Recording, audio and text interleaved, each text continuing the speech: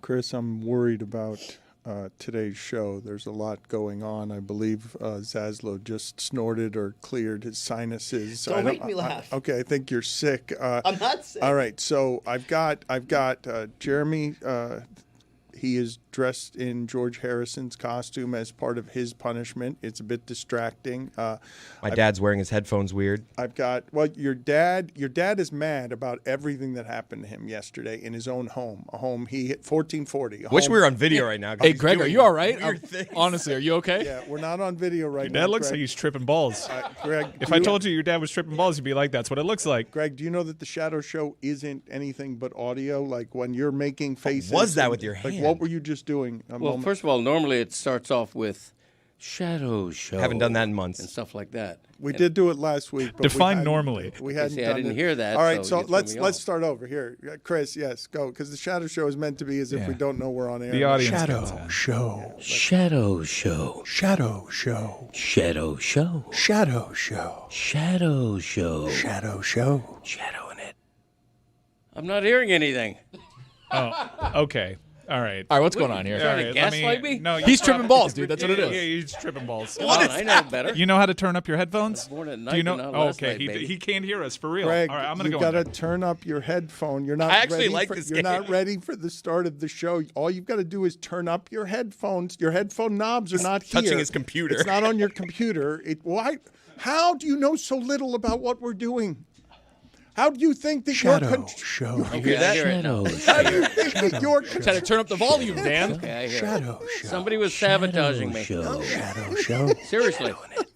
Intentionally Zaslow, downplaying my mic. explain to people what just happened as someone who's routinely disgusted by how little Greg Cody knows about how to do this. You know this is the way I love to start the week, with Cody just not understanding how to do a radio Greg, show. you were trying to fix your headphones on your computer. It's true that someone had turned down the volume on my microphone. Why? I have no idea. Could it be sabotage? It's possible. I need to investigate. He's also mad, Chris. He's also mad because I got Mike. Mike is unhinged, okay? I can't harness the way Mike feels about the University of Miami This is right a now. bad weekend I for Mike. can't do a month of this. I can't do a month of this. Well, you're about to. But Greg is enraged at what happened in his living room yesterday happened? because he wanted Messi in his living room, the best player in the world during a playoff game, and he couldn't move his family off Saints Falcons. It was so ridiculous that they, in the main room with our main TV, by habit on a late Sunday afternoon, they have on Red Zone, right? So they're watching all this stuff. I hate Red Zone because 90% of the time you're watching something that doesn't really matter. You're watching Geno Smith try to evade his 10th sack of the game by Myles Garrett in a meaningless game. When on another channel... Greg, save it. Let's start the show. Save it. Just save it.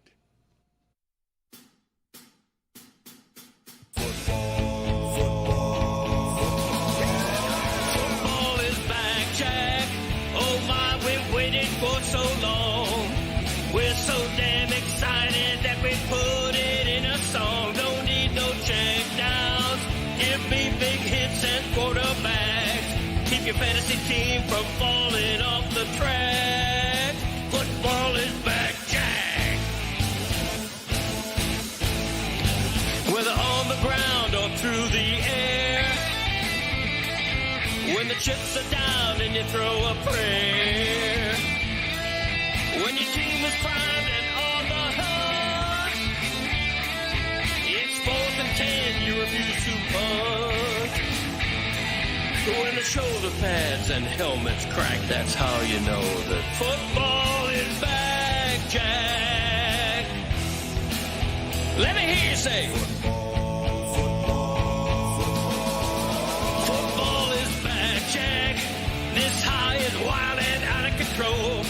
And we're gonna ride it every week till we reach the Super Bowl. Don't need no check downs. Give me big hits and quarterbacks. If you say this game's the best, I'll say it's a gag. Football is back, Jack.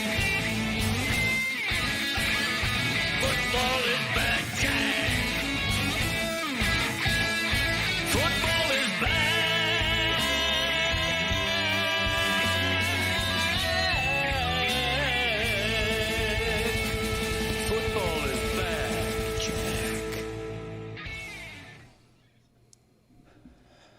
Are you winded from watching yourself do that intro? Are you winded from in here singing to yourself? Yes. That's what just happened, isn't it, Zaslow? I think he's winded from celebrating himself. Well, who knew that pantomiming something, lip syncing, would be so exerting? But it was. What a banger of a song. Yeti Blanc in the house. Even though he's not in the house, but figuratively. You're like Jameis yesterday giving a speech. Okay, We look, outside, even look, though we're inside. look. 5 past the hour. Jameis was wonderful yesterday. So many wonderful trick or treats with Jameis yesterday. Look, yesterday was spectacular for a number of different reasons. Like over here, Romo's telling you, here comes playoff Mahomes, and here comes Mahomes with the single biggest by number deficit comeback in his career because he does this the way Tebow did it.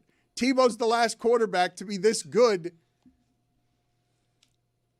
in games like this, at the end of games like this, when he's got a deficit of 10 or more in a game. The football of yesterday was great, and Greg Cody was trying to watch. We're all looking around like, did he just compare Patrick Mahomes to Tim Tebow? Yeah, well, the number was, this is. I mean, even your own body stopped in its tracks for like 5 seconds. Like, It was a did long I really, pause, Did I yeah. really? Am I about to compare the greatest quarterback we've ever seen to Tim Tebow? That pause terrified me. I got confused. I was trying to Dan connect the got dots on confused. that one. That's how bad of a take it was. I'm going to give you the take Reese said a different way, but the show's moving too fast even though it hasn't started. Mahomes is now 20-18 in games where he's trailed by 10 or more points. 2018 for his career. It's the best quarterback record of any kind like that since Tim Tebow, who did it at 5-6. Like when you're down 10 in games like this, you tend to lose them in the fourth quarter. And that Tebow miracle, people thought he could play quarterback. You're right. You've derailed me. Yeah.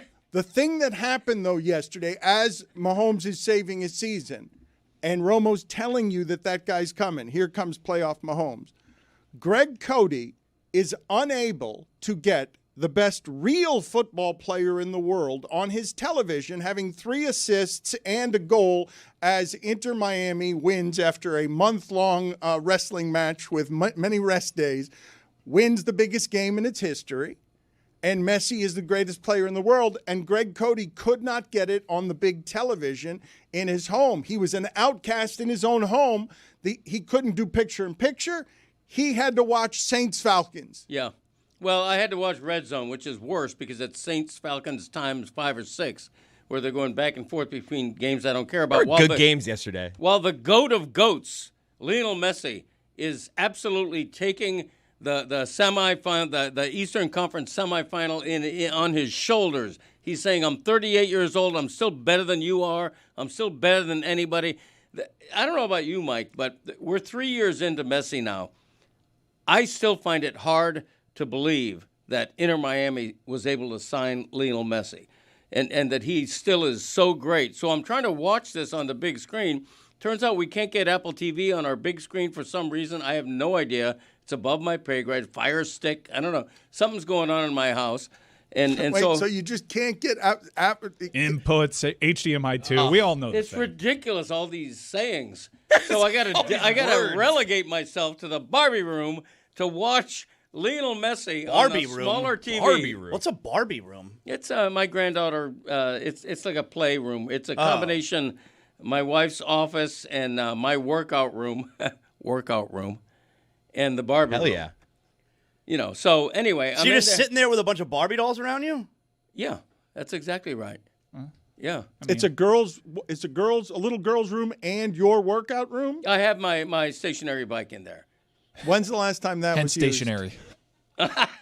Very stationary bike. I don't keep Well, track. the last time you were on it when we did the Greg Cody show, like where I walked into the room as if I was interrupting a workout, just like a pretend workout just for the video. Come bit. on, don't be ridiculous. When was the last time you exercised on the bicycle in the Barbie room? Oh, let me think. Let me think of an exact date.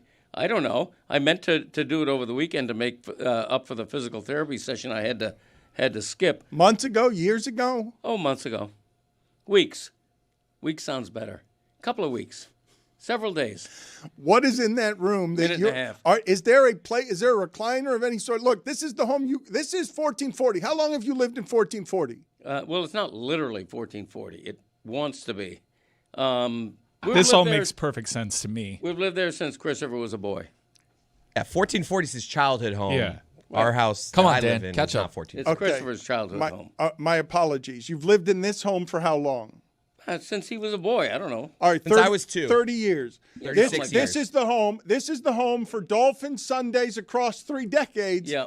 Where you watch the game that you want on Sunday afternoon, but now there are too many inputs, and you can't get the real you can't get the real football. You are stuck with the American football. When Lionel Messi, best player in the world, is when you say you can't get your head around it. What Greg's watching on his television, he covered the Fort Lauderdale Strikers 50 years ago. He's like, what is this in Miami? How is it possible that a championship can be won with this player in this town on this team? And I can't even watch it in the big room in my house. Right. I'm in the Barbie room. What's in the Barbie room? It a bunch of toys, closet full of shoes, A couch, a desk. Yeah, it's an unremarkable room. Why can't you get some control of your house, man? If you want to watch Messi on the big TV instead of Saints Falcons, Well, part of the issue get some is, hand, man. Part of the issue is that we literally can't get Apple TV on the big TV. My mom just tells him things. But the disappointment is that nobody else herded with me into the Barbie room to watch. Was it Messi. one of those who's coming with me? Yeah,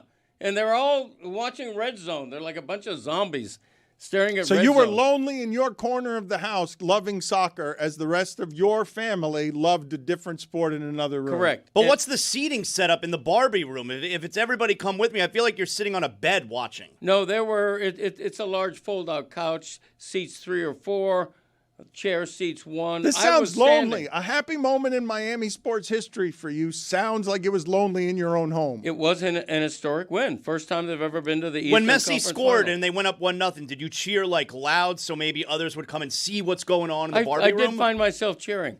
Messi's doing it again. If you want to catch it and join me And nobody. Jumpin' Charlie wouldn't even go in in the there Barbie with you? room. No, nobody's coming in because, Jacoby Brissett is in the red zone. It's like so It's a big game, by the way. Did you see Shador Sanders throw that bomb to number 16? I don't even know who that guy is. I did not. The new kid just scored. The new- Messi with an assist. The new kid. I The guy call that we him benched- Leo. We benched Suarez for the kid, and the kid answered the bell. How about that, huh? Did anyone in your home step foot in the Barbie room during the historic real football being played in your lonely corner of the house? Only when my wife came in to say, when are you ready to eat? Because, the egg noodles are on the boil. Am I ready to eat? Messi's eating right now. That's his 3rd assist. Damn right. That guy don't quit. 38 years old. A wonderful coaching job by Mascherano. Mm-hmm. I mean, it is bold to pull out Luis Suarez from Yes. that starting lineup and go with the Newell's Old Boys signing, Matteo Silvetti. But that bet has paid off. What are in you droves. laughing about, Tony? This is great. Like, they might be making this up, and I have no idea because I was locked into Tyler Shuck. with Why an were you interception locked with into that? 240 I mean, yards. look, I understand you don't like Darnell soccer. Mooney had That's- 3 for 74 and a score. It's not like the 4 o'clock hour had anything going on for it. I thought the most compelling story. Cowboys being told in Eagles was sports. awesome. Yeah, Cowboys Eagles was Okay, great. that's all right. That was a nice little second screen experience for me. Messi trying to win the biggest game in club history at a team that he lost 3-0 to earlier in the season. That didn't pop you. I don't know what will. Michael Wilson had 10 for 118, his second game in a row with more than 10 Messi was catches. responsible for all 4 goals. Tyler Shuck, are you not listening to me? Scored the first one, got 3 assists. He's playing his best footy right now. Sanders showed him what time it was. I was annoyed yesterday, man, because I haven't watched Inter Miami in a long time because I told you I was out on Inter Miami. I don't like that Suarez's behavior. They're not a likable team right now. But it was a semifinal. Wait, you say right now. Well, Hold they on a benched second. Suarez yesterday. They benched him. I Hold like on. that. Hold on. They're not a likable team right now. Let's call it for what it is. You were out on this team after Suarez spit on somebody because they were representing Miami in a way that you did not like Correct. so much. They were overshadowing the best player in the world because Luis Suarez is very publicly exhibits the behavior of an asshole internationally across oceans. Everyone knows this, and they took on the personality of Luis Suarez. And they didn't condemn it either. Unlikable, didn't condemn it, didn't punish it. No, that's who we are. We'll spit in your face. We've got Lionel Messi. But this, by itself yesterday, was just Lionel Messi being all the things, the majestic things that he is, to bring a signature win to Miami that you're out on because you are watching. Wait, I don't understand. A.J. Brown's got 110 yards and catches. Why they lose it? I mean, this was a must-win game on the road. That's how playoffs usually roll. Must win for Inter Okay, Miami. but the usually is key here because for some reason the first round is a series. Okay. And the more important the games get, it's not a series. I Yeah, get I it. don't like that. I get it. Every game's do or die right now. And it was a road game in a raucous atmosphere. Yes. In Cincinnati on a day that the Bengals played, it didn't matter. That crowd was electric, and the GOAT shut them up. Right. Absolutely. It was magical. And it's always interesting to watch and hear an Inter Miami game on the road because there are Messi fans there. Like, I'm not saying they outnumbered Cincinnati fans, but they're everywhere. I mean, he is Yes. growing the sport. Like, look, this has been this is weird what I'm about to say. This has been a spectacular success that isn't. Because they've done just about everything wrong, but they've gotten the soccer right. Like the way they've sold their sport, putting it behind a paywall, they made egregious business errors, but they've still got the best player in the world being the best player in the world as major changes are going to come to this business. And the miracle is Messi's going to get that stadium built in this city next to the airport, and he's going to grow the sport in America being better than everyone else still at 38 years old. Right. But Mike, It's hard to quantify that when their attendance is down and their TV ratings are down, and MLS realizes the error of their ways. And the partnership with Apple has an early opt-out that Apple has jumped at. This has not worked out the way that MLS planned for. They've decided they're going to do away with MLS Season Pass. Basically, if you just have Apple TV, now you get the MLS. Oh, nice. The paywall was a huge mistake. I didn't get to watch last night. They're back to 2021 levels of attendance, which is not what the sustainable growth model chart was telling us, because this was a live event sport. All the buzz from Messi seems to have evaporated, and they're playing their most consequential games during the NFL window. And playoff games behind a paywall is bad. Yeah, but thankfully they're altering the calendar, and it seems as though MLS is going to learn from this, but it's a shame. They've kind of wasted the Messi thing. I agree. I mean, the Apple TV thing was a huge blunder, but the new stadium is Messi's legacy, and they've already set the opening date. It's April 4th. the new stadium is no, it is not. It's legacy's Messi. No, in this town, perhaps. Right. The new stadium That's is what I mean. Messi's legacy. Yeah, in this town. But do you realize what the size of your career has to be for you to birth a stadium near the airport? That's very expensive real estate. Like, you've birthed the possibility of sports getting grand in your market while you were taking the best player in the world and renting him to Fort Lauderdale for a couple of years while telling people, no, we got $1 billion business down here. Wait, watch what we can make down here with the real estate. They've made it a success in Miami, and that might be his legacy in Miami. But doing what this man has done at this point in his career to grow the sport and having the business betray him behind a paywall because not everyone has known that it's happening, to see the best being the best behind a paywall, but then so many of your fans getting cut out by a line of, we can't keep paying for this. Yeah. Zaslow is out on Inter Miami early. Mike was in on Inter Miami early, and slowly they greeted him out, and he's still interested, but the business of it was like, this is no longer affordable to me. Miami is gouging me for Fort Lauderdale games at Miami prices. Right. No, I can't disagree But so with the any of fandom, that. so look at what surrounds Messi as he does the most amazing things behind a paywall at this age. He's denied the credit of being able to break into your American football Sunday because, hey, holy shit, Messi's over there and he's scoring the goals in a playoff game. Like, that's not a normal thing. What happened yesterday was one of the biggest international sports things that has ever happened in Miami. That's one of the greatest postseason performances in Miami And I sports couldn't see history. It's like we talk about LeBron Game 6. You talk about Sam Reinhart in back-to-back cup clinching games. What Messi did in the Eastern Conference semifinal is an all-time Miami sports postseason performance.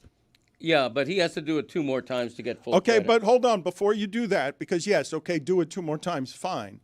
It couldn't even make its way into Saints Falcons in your living room, this thing that to you, as a lifelong sports writer, when I say it's lonely, it must have felt to you that the other half of your house has no respect for South Florida history. Well, what it felt like to me is that my house at that moment was a microcosm of America, really, because I don't. Don't. Dan's so full of shit. I mean, he was What were watching you watching, Tyler Dano? Shuck too. Don't let him do this. Tyler Shuck? He's trying to make this bigger than it is. Like, I understand. Look, it's the NFL. It's Inter Miami versus Cincinnati. Dan didn't watch a second of that game. Don't let him do it. He's doing the writer thing, wanting to frame it. Put me in the Barbie room. You don't like soccer. I get it. You're not an ally. Get out of here. But the problem is that's indicative of America at large. The NFL is still way up here, and MLS, even with Lionel Messi, is down here. Yeah. Bigger than it used to be, but It's still a here. shame. It's a shame that you have such a big game in the heart of a Eagles Cowboys. Right. But that's the Eastern Conference semi. What a comeback. They'll play in the Eastern Conference final. Hopefully after that they'll play in an MLS Cup. And every casual fan understands that Messi has to win the MLS trophy. So he's a couple of games away from doing that right now, and he's playing his best football on the business end of the season. Right, especially after what happened, the flame out early in the playoffs last year. But you know my wife, she loves sports. She knows sports. She could not name who they were playing yesterday. Like, she had no idea Inter Miami was in the playoffs. She had no idea where they were playing, whether it was home or away. And I think Was it home or away? That's indicative of MLS, even with Messi, imagine without him, still has to make inroads that it hasn't made yet into the American sports consciousness at large. Greg Cody has at his disposal, he is against metrics. He has told you a number of different times, we give you way too much information in sports. Don't tell me how many miles per hour this leaves the ballpark. Don't tell me the pace of speed that the Miami Heat are playing in or how many miles they run. Yeah, how many miles? That's my favorite. He ran 3.8 miles Okay, in but this game. this is the highest tempo team that there is in the sport. They're going to play faster than everyone else. And Norman Powell is putting up like Giannis Antetokounmpo numbers in terms of efficiencies. MVP. Well, okay, but so you have come with a metric of your own to give the Miami Heat. Yeah. What is this statistic you have conjured? Everything has an acronym now. I'm going to be the first to admit I want to get out front of this. Go on. This does not flow mellifluously off the tongue. The acronym is TYDWTPITFR. And what that means is team you don't want to play in the first round. Okay, that's what that acronym stands for. Because here's what the Heat are. And I'm not going to be the one just to make a headline. What's the acronym again? TYDWTPITFR, team you don't want to play in the first round. I feel like I'm back in the BCS. And I'm not going to be the guy trying to make a headline by saying, you know what, nobody's talking about it, but the Heat have a chance to win the championship. I'm not that guy. I am a guy saying they're going to finish in the top four. They're going to have home court in the first round, and you don't want to be the team that plays that. See, when you say it with that voice, that wait changes a minute. things. Wait a minute, right? That changes things. Because when he said top four, I was like, I don't know about that. But then he said the voice, and I was like, okay, no, talk when you to me. say it in a more threatening way, because I do believe the Heat are now that. I believe it's not too small a sample when you win at Philadelphia, when you're winning that way at Chicago. It's impressive. I mean, look, Maxi's scoring 33 a game. If we're going to speed the whole thing up, okay? If we're going to speed the whole thing up and all of a sudden the Heat are going to have a young 20-year-old who's going to do all the rebounding in where? He was a plus 26 yesterday. Yeah, he's incredible. But so if he's going to grow that fast in front of us to being a rebounding monster, Wemby Jr. And on the perimeter you have a point guard whose assist-to-turnover ratio is only going to get better with the speed. They're the fastest team in the sport, so they're playing the most fun. They ran Chicago off the court, and so what you're saying is now in play. Like, you got to say it with that voice, though. You got to say the initials. Like, you do not want to see this team in the first round. None of you. None of you do. I don't like Nobody. you saying it. I want the voice. Yeah. Listen, it's TYDWTPITFR. Team you don't want to play in the first round. The Miami Heat, running like jackrabbits, they're going to be a top 4 seed. They're going to have home court. This team has never scored like this. During the LeBron era, they weren't putting up 140-point games like this regularly. This is an exciting team. If you grew up watching the Heat and you're still looking at those 90s games against the Knicks, where two teams are playing in the mud, throwing elbows, and the final score is 86-78. This is the opposite of that. This is the exciting jet age Miami Heat. It's exciting. I give Riley and Spoelstra all the credit in the world for flipping the whole script on how you envision Miami Heat basketball. This has been a fantastic season.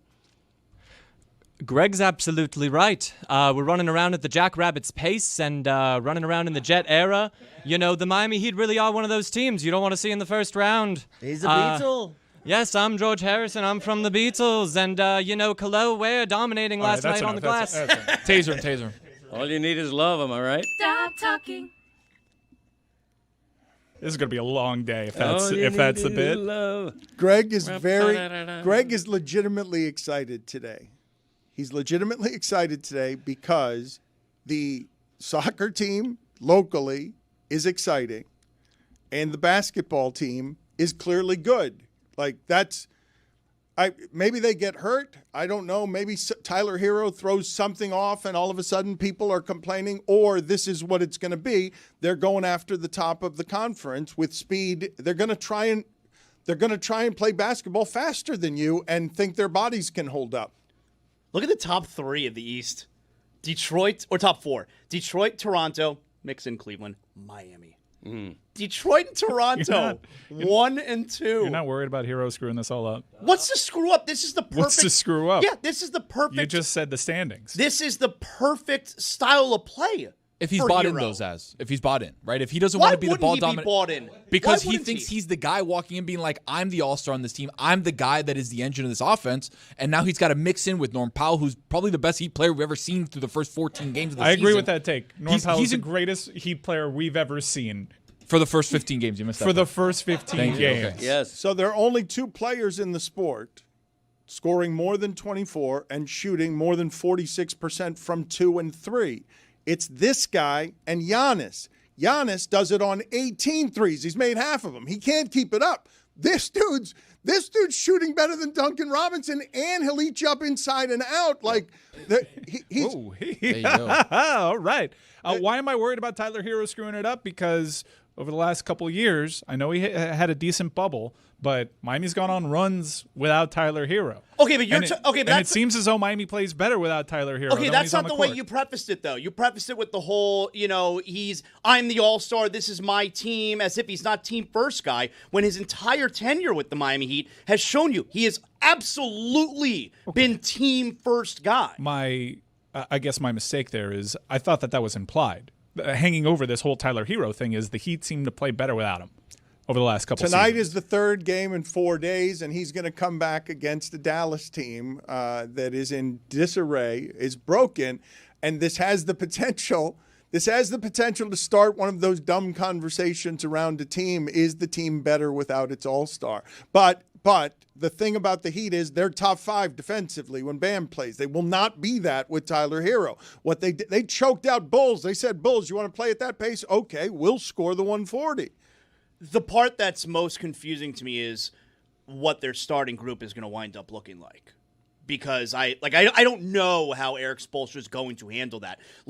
I can only see it being that Davion Mitchell is going to move to the bench, which it's like, man, he's really good for them on the ball, and he never turns the ball over. His assist to turnover rate is great. It's the best in the league. They're playing at a pace that doesn't make sense. Like, you can't bench that dude. They're going to. Like, it's the only guy you could take out of the lineup. I don't like for it. here. You can't take Wiggins out because, you can't have a 3. You need size. Yeah, you can't have Smith, Mitchell, Powell, and Herro Okay, in you're your starting lineup. highlighting real concerns with this Herro thing. Well, I'm highlighting concerns as far as what the group is going to be out there together.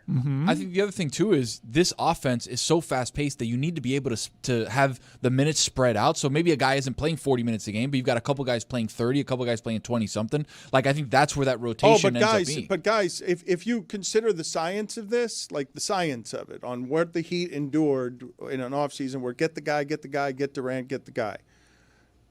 If what you're trying to do is that you've already figured out in the science of this, this speed is busting everybody in this sport, every physical body in the sport, except OKC because they're really young, but that might happen to Holmgren. It seems like a lot to put on the joints and the ligaments and stuff. They'll go 10 deep. Bam was out. and they survived it. Herro was out, and they've survived it because they can go 10 deep at this pace. Like it's not 6 or 7 players anymore. It's like, you want to play 10? All right, here are our 10, and we've got some young ones now. Like that's future of the sport stuff, how you compete at the top of the Eastern Conference as the Knicks break because Brunson breaks down. You wait for the Pistons. Is Cade Cunningham, is he going to hold up under all of that? They're good. They're clearly good. Very good. Giannis is out again because is his body going to hold up? That's interesting to go into the playoffs in a new NBA where everyone's hurt and say our science will be better than yours. We'll go 11 deep. Well, the depth is crazy. If you look at the box score now, just about every game, they have 8 or 9 players playing 20 minutes, 25 minutes. And that's what you want to trust Eric Spoelstra with, right? That kind of depth spread out to increase that kind of pace of play, to maintain that kind of pace of play, is exactly the formula. And I don't know about 10 or 11, but when Herro comes back, they absolutely have 9 players that they want to give minutes to. And that's a luxury. You can't in today's NBA, if I don't make it about the uniforms or the names or the All-Stars or the credentials, in today's NBA, Zaz, if I tell you you're playing at the fastest rate of speed in the league and your point guard has the best assist-turnover ratio, he doesn't turn the ball over, and he's a great defender on the perimeter, you don't want to bench that. And overall, they're one of the best teams in the league. I mean, they're top 4 defensive rating. Well, and if we're trying to figure out the starting lineup, Greg's absolutely right. The team's really deep. We can move Pella Larson to the bench, although he's been a great connector like Ringo Starr was for us with the Beatles. All right, warming up to it. As long as it's that efficient. You think he's right, Greg, or what? Yeah, I do. I think Ringo was the unspoken Beatle, the one everybody ignored. No, about the basketball point. I'm George. Yeah, he's George. Yeah, no, I wanted to substantiate what George was saying about Ringo's place in the Beatles. But Pella Larson, I mean, he's. I don't think he's more than 6th or 7th on the depth chart under any math. Do you believe that story they told last night on the broadcast about Pella Larson and Dan Marley? I don't watch the broadcast. Was I the only one who thought that was a little, a little too coincidental? For those that didn't watch, why don't you let them know what happened? Yeah. So Pella Larson's father, apparently, his favorite player was Dan Marley. Thunder. Hard to for believe. all those years. Well, no, that's not necessarily hard to believe. But then Pella Larson gets to the NBA, gets the Heat, and the father and Pella Larson realize, wow, you're wearing number 9. That was also Dan Marley's number. And it's like this big coincidence. I don't know. I found it a little hard to believe. So wait, are you calling the Heat fishy? You're calling them a propaganda program? You calling Jason Jackson and his friends somebody that makes up stuff in order to get ratings? It's a little coincidental. What are you saying there? Are you saying they're putting this? What is the accusation you're making? I'm saying it's a great story. You're a journalist now. Hold on a second. Let me see here. If you're going to do this, do it correctly. You're a journalist now. Time to throw away all journalistic credibility and get reckless. Here is something we like to call reckless speculation. I'm good. I'm just saying it's a great story, all right? I mean, if Pella Larson's father's favorite player is Dan Marley, A, he doesn't know his favorite player's number, and B, it's a huge coincidence that he then realizes, oh, wow, my son is wearing the same number as my favorite You're saying player. it's a made-up story. Is what you're accusing the Heat of propaganda of fake news. And by the way, my son plays a lot similar to my favorite player. So that's what you're doing. My favorite part of that whole story is you saying that they're telling that story to boost ratings, as if the ratings are skyrocketing by a Pella Larson, Dan Marley anecdote. Well, if it's a lie, if it's a fabrication, if it's being accused by Zaslow of being a little too conveniently syrupy. It's a good story. Like, come on. He's saying it's a good story, but he's accusing them of not being true. Like, of propaganda? Be clear about what you're saying, Zaslow. Make it with your chest if you're going to make that accusation. That guy wears number 23. My favorite player was Michael Jordan. Can you believe my son wears the same number? Oh, my God. It's a good story. The University of Miami this weekend, Buzz saw it on the road. Virginia Tech won easily 34-17, and it's just total chaos in college football. You can't tell who's good. Ohio State hasn't played anybody. You saw what happened to Texas A&M. We all think Indiana's good, but anybody can win, and Miami's got a team that can play with anybody. Everybody can see that much, and so the question of whether or not they will be denied the playoffs, because some things had to happen this week and did happen for them, and they're in a good position if they beat Pittsburgh. Had to happen to them for them in the ACC, but the top 10 in the AP had its most dominant week in several years. Yeah. Utah even survived, though I think enough happened this weekend for Miami to leap over Utah, because Utah's resume compared to Miami is so flimsy. It looks like SMU should enter the rankings again, and Pitt should probably re-enter the rankings as well. That gives Miami an opportunity to play a ranked team. But if you watch the broadcast, and I know a lot of people had a problem with it, it wasn't a compelling Saturday. Miami, the framing of this narrative, I saw it on ESPN. Miami survives a scare. And when that game was never in doubt. They never dipped below 92% win probability in the entire game. A bunch of funny things happened in that game. Bad replays, bad first down calls, improbable plays being made by Virginia Tech that prevented that game from... Was there cheating? Oh, it was the ACC refs. You know there was cheating. But it was pretty bad both ways. That was a really bad crew. But Miami probably had the most compelling game in that window, and it fed this narrative. Bob Wischusen, who's been called Chucklefuck on social media. Oh, no, they hit Bob with the Chucklefuck? Yeah. No. Yeah. Bob's a South Florida legend. It's our guy. They called Bob Wischusen Chucklefuck. Oh, He and Lou Riddick just kept – it was a horrible way to watch a game, because the entire time is – at any point in my lifetime, Miami performing that well in Blacksburg is a hell of a performance. But this thing was framed from the jump that Miami has to win this game by 40. And then Lou Riddick after the game's like, head-to-head is all that matters. Well, it would have been nice to hear that on the broadcast. It would have been nice to frame that narrative during the broadcast. But instead, I'm out here feeling like a failure because Miami isn't winning this game by 50 points. It's bullshit. And the fact that Miami is directly compared to Notre Dame outside of all the other teams is bullshit if you're not going to take what happened on the field as a primary metric. We are losing touch with our great traditional American football values here. What happens on the field matters. They don't just pass the eye test, as Miami is playing their most dominant football with the hottest quarterback in the nation in November. They pass the field test, Greg Cody.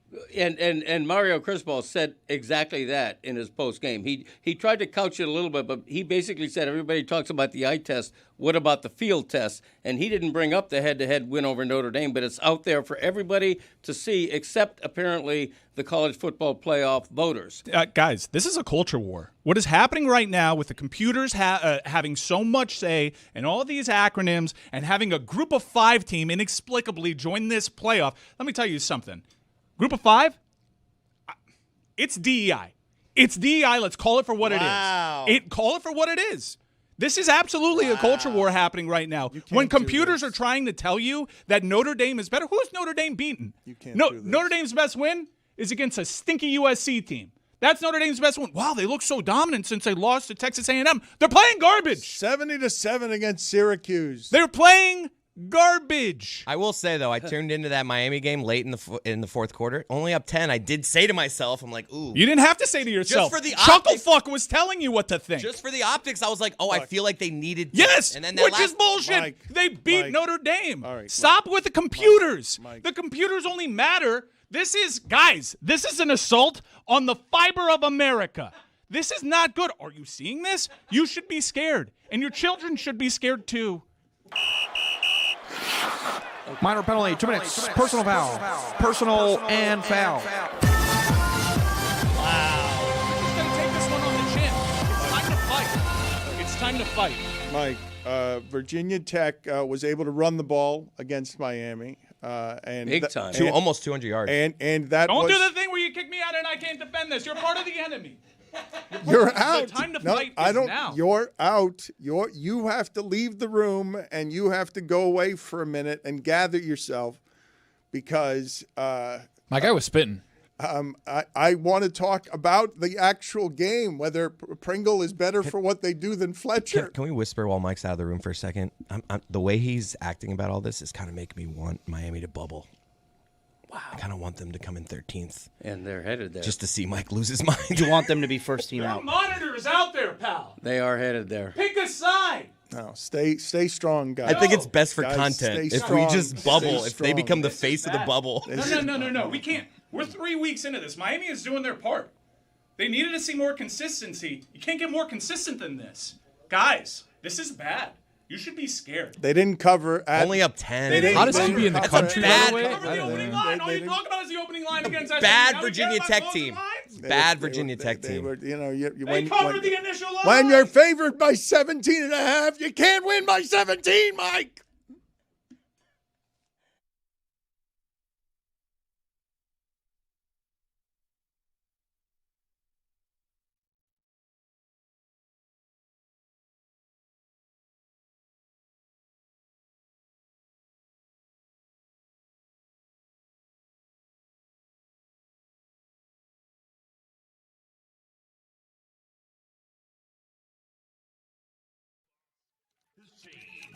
But Mike said it best. The press box has changed. I mean, seriously, get over yourself. We're going to talk during the post game. Tim Reynolds, enough.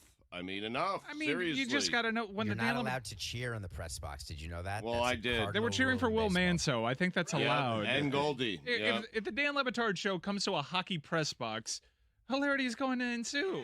Yeah. They're going to yell at Will Manso for 7 minutes, and you're probably going to have to go to a 7 stairwell seconds. to write, man. It's If it was 7 minutes, I'd get it. It was is what 7 it is. seconds. Exactly. I mean, David, everyone else was saying hi. They were enjoying the show. They were laughing at us. But one guy is still clutching on to his newspaper deadline. I'm a little and it's disappointed. Tim Reynolds. And is he your demographics, too? I don't know. I happen to like Tim a lot, and Enough of him. I imagine this was going to be like E.J. Raddick or something, but that's just a bad look for Tim Reynolds.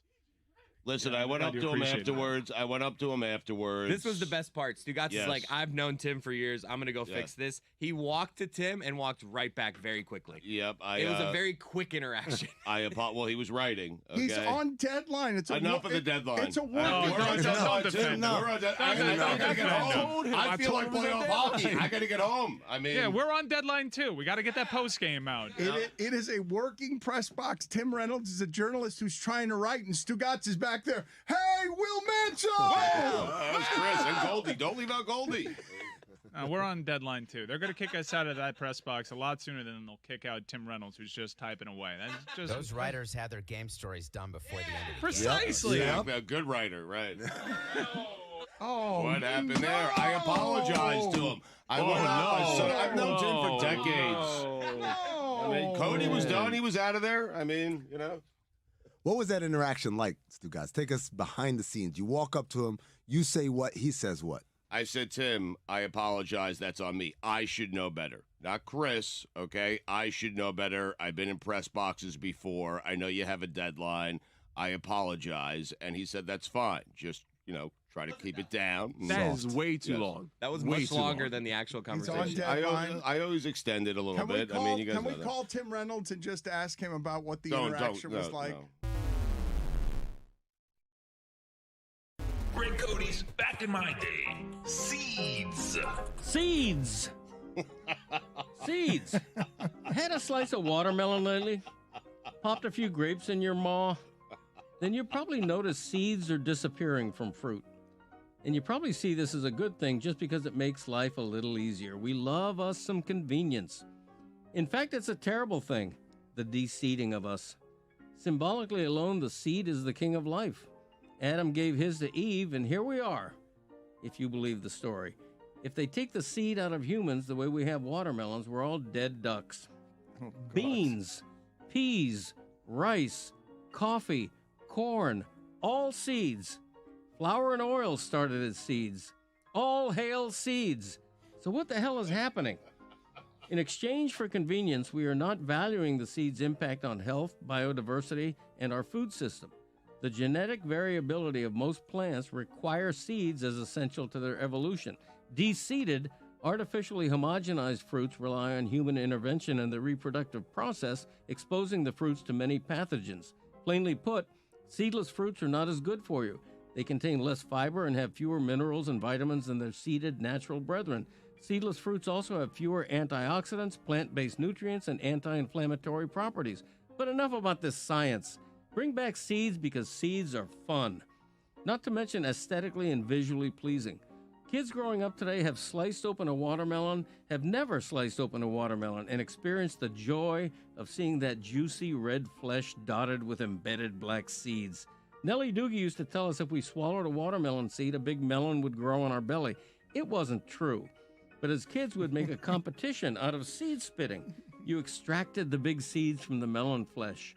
Tongue only, never fingers or a utensil, and you'd see who could project a seed the farthest. Every summer we did that. This was before video games, kids. Made our own games and toys. Flew a kite, kicked a can, spit a seed. Grapes were the real challenge because the seeds were so much smaller. We'd both pop a grape in our mouth, tongue moving, jaws in action, and whoever could spit out 3 seeds onto the table the fastest won. To this day, I carve real pumpkins and eschew the free fab foam and plastic fakes, mainly for the treasure trove of seeds inside. Hundreds and hundreds of them waiting to be scraped out, cleaned, and roasted in the oven to become delicious natural snacks. Respect, worship, and bring back the seeds. I need a t-shirt that says convenience is overrated. Insist to your local grocer that you'll take your watermelon seeded, please, and the grapes too. I'm Greg Cody, and that's how it was back in my day. Journalism is dead. But journalism, as we know it, as you know it, what you wanted to do when you were a little kid, okay, it has changed. It has. It's changed, okay? You're not wrong. Stephen A. Smith is not wrong. You have to adapt sometimes, okay? Because the game has changed, your priorities have shifted. No one cares how someone goes and gets the news that they get, as long as the news is accurate, as long as it's coming from a credible place. If it's Woj, if it's Adam Schefter, if it's you, if it's Diana Rossini, if it's Shams, nobody cares. You might care. Greg Cody might care. Stephen A. Smith might care. But you know what? You all sold out. Every single one of you, okay? Stephen A. Smith jumped inside the circus tent. I don't blame him. Why'd he do it? Because he had to do it. Because the game has changed. You jumped inside.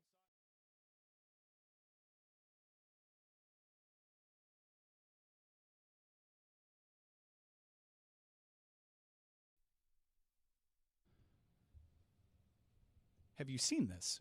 They want you to guess when you're buying NFL tickets. No. That's wrong. It's not freedom. I don't like that. You have to take the guesswork out of buying NFL tickets. Yeah. That's why you download the Game Time app. Yes. You create an account, and you use code DAN for $20 off your first purchase. Terms apply. Swipe. Tap. Ticket. Go. I love the visual image of Greg Cody in a home he's lived for 30 years, trying not to be lonely amid a family that's just eating up the red zone in the 4 o'clock hour, even if they're bad games, just because here come the Cowboys. Oh, is George Pickens? Oh, he's their number one now. It's not CeeDee Lamb anymore. And, we're going to get to watch CeeDee Lamb get mad at Dak Prescott. Get mad for dropping the ball because the ball was in your hands and all of a sudden you dropped it. You went like this and made an O and the ball went right through like a tire on a swing? Please. CeeDee Lamb. George Pickens is taking over that team. He seemed like he'd be useful in Pittsburgh. It seems like he's pretty good at wide receiver. But the show's moving a little bit fast for me, and the weekend is as well. Like Tom Brady said, what? The wild headline. If you were locked in on that Cowboys and Eagles game like I was, bad luck. But you have to ask yourself, why can they say it? The Colts and Chiefs game is Mahomes rescuing his season. It is getting us ready to gallop through December and the holidays on, that team still needs to be feared. You had them this close to dead. Daniel Jones, all you got to do is not be Daniel Jones in a fourth quarter and overtime where the Chiefs are going for 300 yards and the Colts' best offense in the league. You're getting 18 on the road in the cold. 18 yards, not 18 points. Daniel Jones, that's why they don't trust you. That's why in any game going forward in the future, future. If the Chiefs are in it against the Colts, the Chiefs will be the betting favorite by 3.5 or more because everyone kind of knows, if it's going to be just bootlegs and tight ends and we're hiding Daniel Jones and we're not going to throw the ball down the field, and they didn't try that at all, the Chiefs are going to gobble you up on offense in December when it gets a little colder and we have to play outdoors. But they won't if they have to go through the Colts. Have you seen this? The Colts and the Chiefs played a football game. Now, the Colts' record might be better, perceived by many to be better. But then the two teams played. And then the Chiefs won. That makes the Chiefs better. You understand what I'm saying? Head-to-head, man. What's happening in college football should scare you. It should scare your family and your kids. Are you wearing eyeliner? It's not important. What's important is what happens on the field is supposed to matter. Invoking acronyms like SOS, SRS, SAG, FOH, DEI. That's what I like to say. Get away from the group of five. What happens on the field matters. What is happening in college football, hate to say it, is woke. That's right. And it's gay.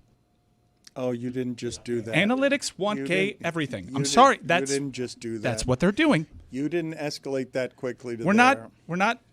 Transitive property used to matter. If Miami beat Notre Dame, that's a trans issue that people should be paying attention to and not ignoring. Really? With George Harrison there, really? That's how you're going to do this? I ran this by Jeremy because he is woke. The Alphabet Mafia. This guy gets it, dude. I like this guy. Seriously, though, we can't allow this to happen. Two Please, teams played. Please stop, Mike. Please stop infecting. Ask yourself. I can't do this for a month. Ask yourself. I can't. If two teams played and one team won, and they have the same record, does that not make Colts them better? played the It Chiefs used to, yesterday, and at least in this country. The Chiefs, the Chiefs announced, it was funny to watch it come down to this kind of cold math. If the Chiefs win this game, they're going to make the playoffs by probabilities. And if they lose this game and they're down 20-9 in fourth quarter, it looks like they're kind of done. You might want to bury this team right now. You might want to finish them right now because we see how hurt the Patriots are, how injured the Patriots are. The wheels are going to fall off of that thing before it gets to the finish line. Yeah. So now what are you going to do if Mahomes is coming for you as Romo is galloping through November with, here comes playoff Mahomes. Here comes, he's warning you. He was warning you on those fourth quarter drives, and then the Chiefs and the Colts. Colts best offense in the league, Zaslow. The Chiefs go for 300 yards in the fourth quarter and beyond in overtime. And the Colts, it's punt, punt, punt, punt. There's still multiple teams between Kansas City and the playoff spots. They're only a game back, yes, but there's two other teams they would have to jump before they even get to the final playoff The point is he saved their season. The point is the playoffs started yesterday for the Chiefs. Well, so what does that mean? They have to win the rest of their games? It's They're not just- going They to. got to win more games than they lose, especially in the AFC. No, they'll have to be a lot better than winning more games. You than they lose guys, the rest you of the guys way. made, this is what happened. You guys made the game at Denver must win, and then it wasn't must win. You made the Colts must win, and now they're back in the game. We understand it's a flawed team. They can't run the ball. You're going to need that in December. You can't keep asking Mahomes to do everything. That's the first one-score game they've won this season. I'm just saying they probably have to go 5-1 the rest of the way to make the playoffs. And if they do that, it's playing every game on the road. The point, that's not the point. Look, that's nice. We can talk about all that, and we'll spend the weeks and the holidays discussing that, probabilities, whatnot. Mahomes saved their season. The Chiefs have been in 9 straight of these the AFC Conference Championship games. It's 9 straight. But have you seen this? The EPA tells you Indianapolis is better, but your eyes told you different. That game happened. It should matter to you and your family because this is woke and gay. You did this already. Did you get that, Dan? I'm not going to be able to allow him to keep doing this. You're going to have to go. You're going to have to go again, Mike. I'm sorry. I don't even know what to accuse you of here. Except, let me see here. Have you seen this? They're penalizing. Minor you penalty, for 2 being minutes. right. Accidental For racism. Talk about the left. You're carrying out this woke agenda. You can't get more woke than saying one team is better when they lost a head-to-head matchup. This should scare you. You have it to should leave. Scare everybody. You have to leave. You and your eyeliner. You have to go. You're going to have to go. You have to get out of here. He's now. not wearing eyeliner. I'm not. I have some Egyptian roots. Get out of here. You have to, of the football yesterday, okay?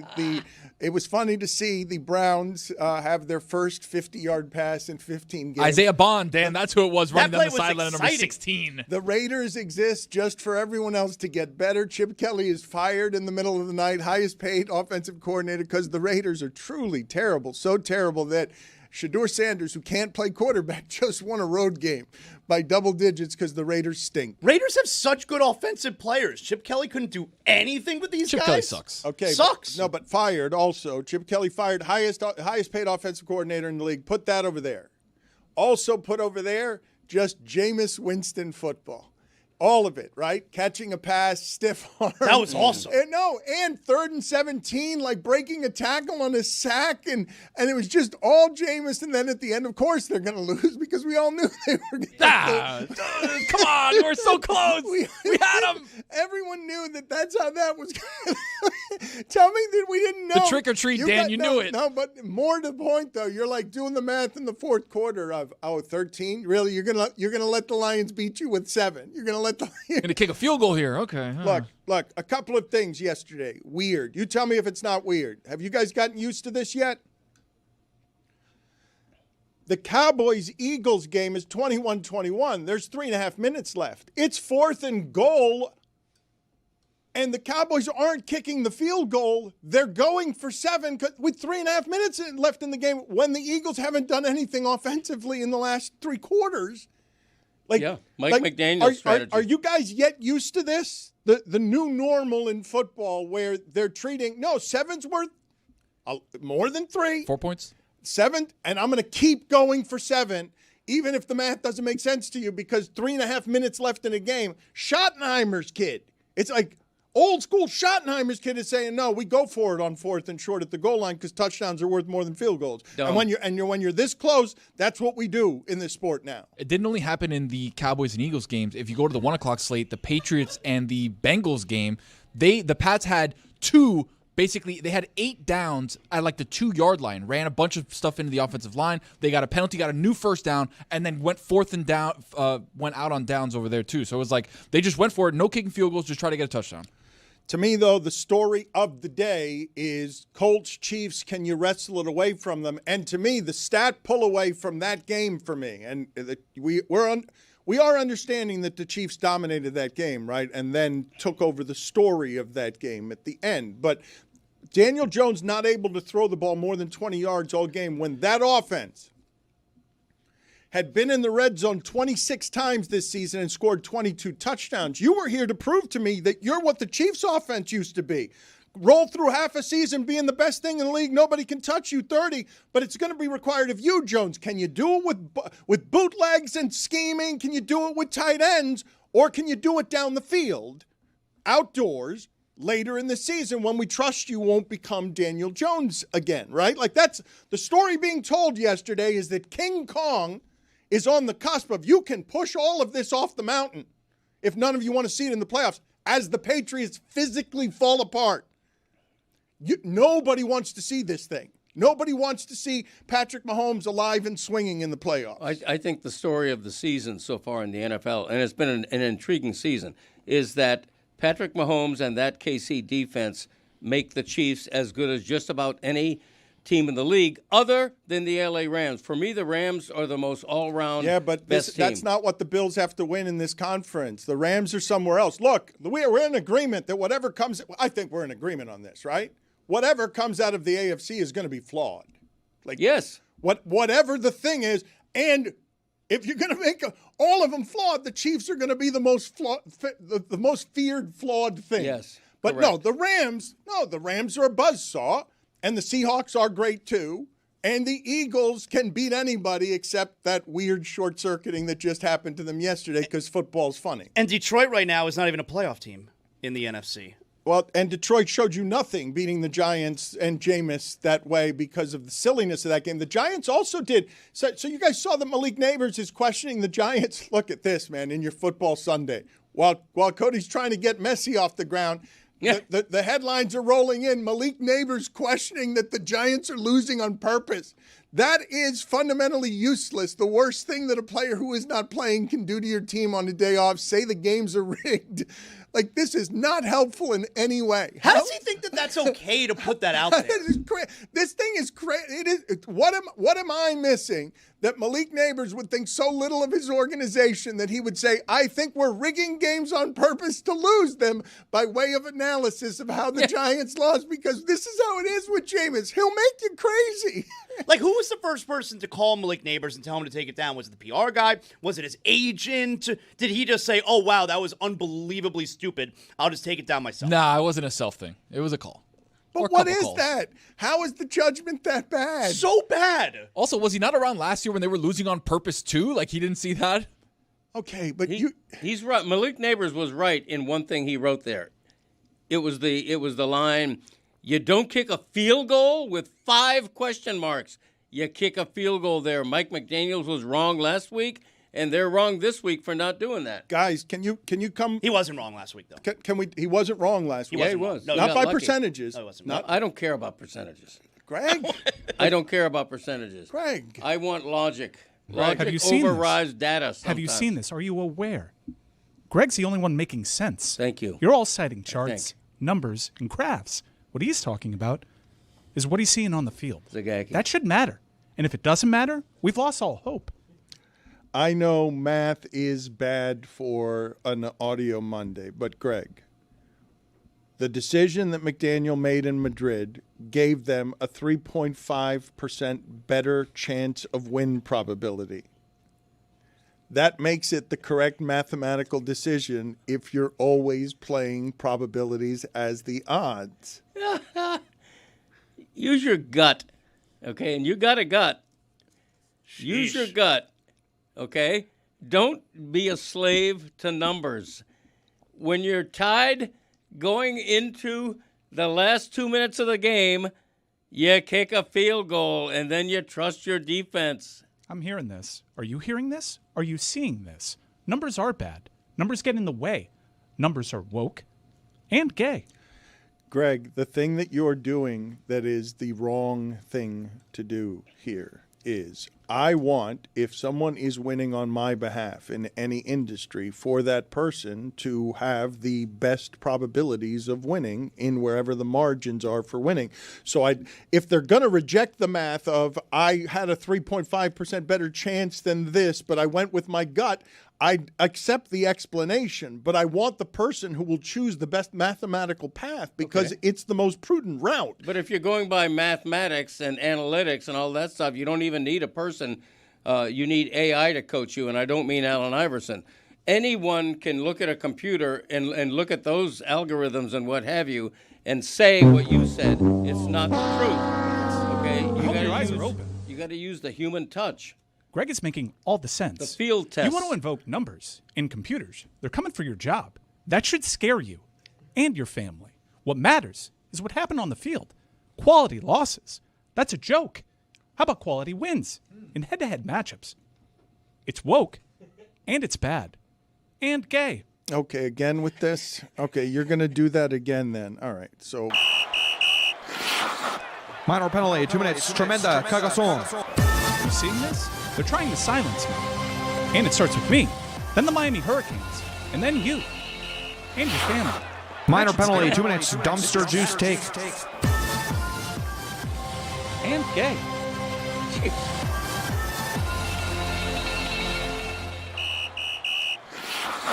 Minor penalty, 2 minutes. Murdering the show with their bare hands in a dismemberment kit in cold blood.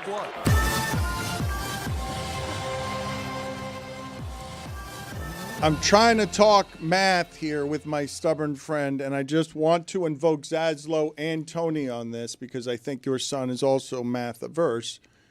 we're in a new normal now, right? Where the thing he's complaining, he's like 2 weeks behind on McDaniel did the wrong thing. No, he didn't. All these coaches are going to kind of, on 4th and goal, if they're inside the 5, they're going to go for 7 and not 3 anymore because they've realized, like they did in basketball, we're like, 3 points are worth more than 2. Or like they did in baseball, home runs are better than not home runs. You're just going to keep shaking your head at that. Like, that's what it is. They've all figured out 7 is worth more than 3. I'm going to go for 7 if I'm inside the 5. I don't care what the game situation is. It's not even as much about that, although, yes, of course, you're right. It's that these kickers kick and make field goals from everywhere. Yesterday, 59, 59, 61, as if it's normal. And 3 of them. Like, it's just, here we go, 59, 59, 61. Easy, and it cleared the goalpost by like 6 yards. Outdoors with wind at 59, 59, 61, and you're like, what the hell? 3-point lead, giving the ball up with 2 minutes left is nothing. And then doing the kickoff, if they get it at like the 35, they have to go like 20 yards to get in the You're giving field the goal range. ball up with less than 2 minutes left, and the other team has 0 timeouts. Greg, That's just a under factor. 2 minutes. That's a factor. But yet, look, Greg, I just love that we're already here for the boldness of Schottenheimer, okay, whose dad never would have done it this way. His dad was always losing in the playoffs with 14-2 teams because he would have never done it the way that his kid is doing it. The Cowboys are not as good as the Eagles. They traded Micah Parsons because they are not as good as the Eagles. They know they're not as good as the Eagles, but they're there late in the game. They're capable of winning, and George Pickens is going off. At the end of the game, it's 21-21. They've got the ball inside of 4 minutes. It's 4th and goal, and they fail to make it. But no one questions that they would go for it anymore. I don't feel like in today's NFL. We're not playing the way you did 4 weeks ago even, where they're all going to get more aggressive at this, and all of the offenses are going to be efficient enough when it's like, wait a minute. So we've got to get 10 yards on 4 downs, and we haven't been using this 4th one? Like 10 yards, when we can get 2 and 3 here, we've not been using this 4th one all season because we're afraid of doing it at our 40-yard line. Even in college sports, you're seeing like crazy. Everyone's going for it inside. You see what FAU did? Inside their own 20, inside their own 30. FAU went for 4th and 1 in the 3rd quarter from their 10. Good. They scored a touchdown on the play. Good, exactly right. And it actually goes back to what? That's actually impressive. I didn't see that. But it goes back to the Colts and Chiefs game. There was a play late, I want to say in the 3rd quarter or maybe early 4th quarter. Colts had a 3rd and 1, and they throw a 35-yard pass to Alec Pierce somewhere down there. 4th and 1 at like their 39 or 40, and then they punt the ball. It's like, it's 4th and 1. You got Daniel Jones. You got Jonathan Taylor, the best running back in the sport. You can't get 1 yard? But guys, what happened yesterday, like to me, this part, if you were going to do just drama and stories, this part, the Colts went in with the best offense in the league. You told us you're what the Lions have been the last few years. You get the ball down the field. You make it look easy. You can churn out scoring drives. 26 times in the red zone, 22 touchdowns. Even when it gets tight, 22 touchdowns in the red zone. Are you that team? Oh, no, not in Kansas City, not on the road, not when it counts in the 4th quarter. In the 4th quarter, you can put the champion, you can put him out. You can put your foot on the neck of the champion. We won 29 in your place. We did it your way, and we beat you your way at defense. And the Chiefs, 4th quarter on, go for 300 yards, and you go for 18. Like, in terms of what it takes to win a football season, honestly, it reminds me of, like, John Morant and what's going on with Klay Thompson, where Klay Thompson looks down from championship heaven and says, do you know what it takes to, like, win this? Like, how much you have to respect the weekly nature of things? The Colts had a chance to announce themselves to America yesterday. They had a chance in the 4th quarter, and they let playoff Mahomes be playoff Mahomes before the playoffs have started, because the playoffs have started for the Chiefs. Like the playoffs are here. They live for this time of year. They're here to see if the Colts have the stomach for this. Man, you think Chris Jones is going to be chasing everyone around on the goal line when Mariota's flopping around during the regular season? No, he's built for December and January. He knows what it takes to win championships. He'll try then. And occasionally in the 4th quarter when you really need him and he needs to wreck Daniel Jones. And he throws the center 16 yards the other way and just goes and gets you. But the thing is, their identity is running the football.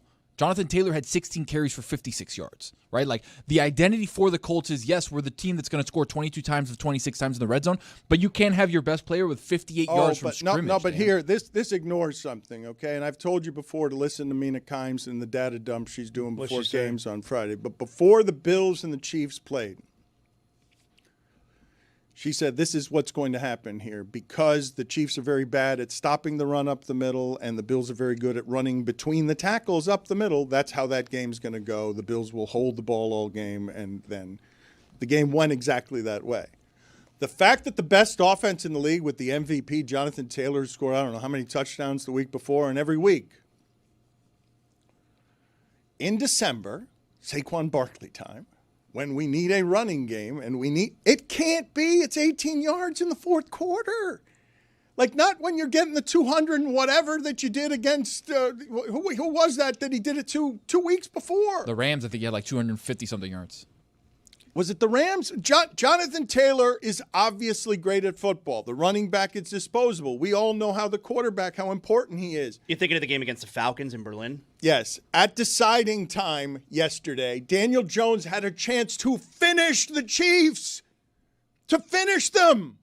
And he gave you 18 yards of total offense. Best offense in the league. That's not me telling a story. Those are the facts. Everyone saw that on television. Chiefs aren't usually in that 1 o'clock game. That's where the Colts have lived for a long time. The Chiefs are slumming by coming and saving their season on 1 o'clock football for you. But it's complementary football that the Colts like to play, right? Their running game opens up the passing game with those bootlegs, with those play actions for Daniel Jones. And when you're not afraid of the run because you're stopping everything, stonewalling at the line of scrimmage, yeah, Ashton Doolin is going to break a 48-yard run. But, like, you have Michael Pittman running out of nowhere. You have Alec Pierce. You have a guy named Ogletree who catches a touchdown. Like, they're built to run the ball and then play off of that. They just couldn't do it. Where was Mo Alley Cox when you needed him? You know what? Yes. 1 for 9. There's too many suspicious good teams in this league right now. Zaslow, what just happened? I thought George was about to say something. I got confused. Like, did George blurt something out? And then I thought George was about to say something. Zaz, hold on a second. That's weird. Zaz, He's just staring at me. I know. Everyone, I'm sorry. No, just shut up, Zaz. Okay? Zaz, you got. Minor penalty, 2 minutes for not listening to the show. I don't care what you got going on with George. When the ball gets rotated to you, you're not allowed for it to hit you in the face because you're like, I don't know, I was talking to George. Did he say something to me? Like, get out. Get out. Please. If you guys want to hear about some football, we got Liverpool losing to Nottingham Forest 3-0 this weekend.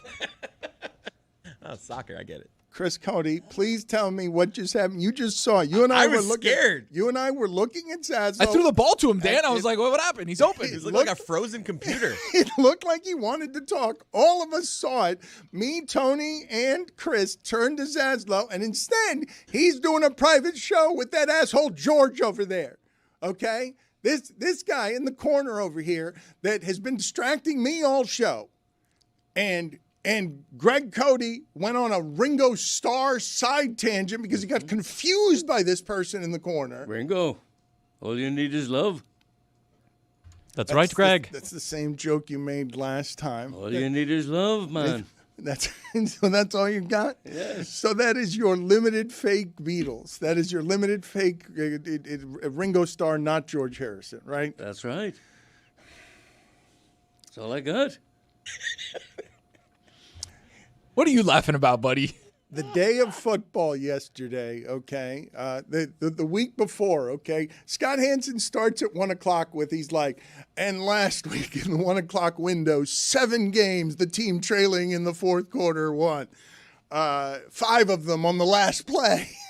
And here we go. Here's 7 more hours of Are You Ready to Get Crazy? And you want me to go to the Barbie room and watch Messi and Suarez or whoever that is? Come on. And all the games are close, even the meaningless ones. But in the 1 o'clock window, I believe the Chiefs took the storyline of the day because I believe the biggest story in this sport, and I'm kind of stunned I'm saying this, having seen 20 years of Brady, is the NFL, this champion is so large now that the biggest story every week is, did they win or did they lose?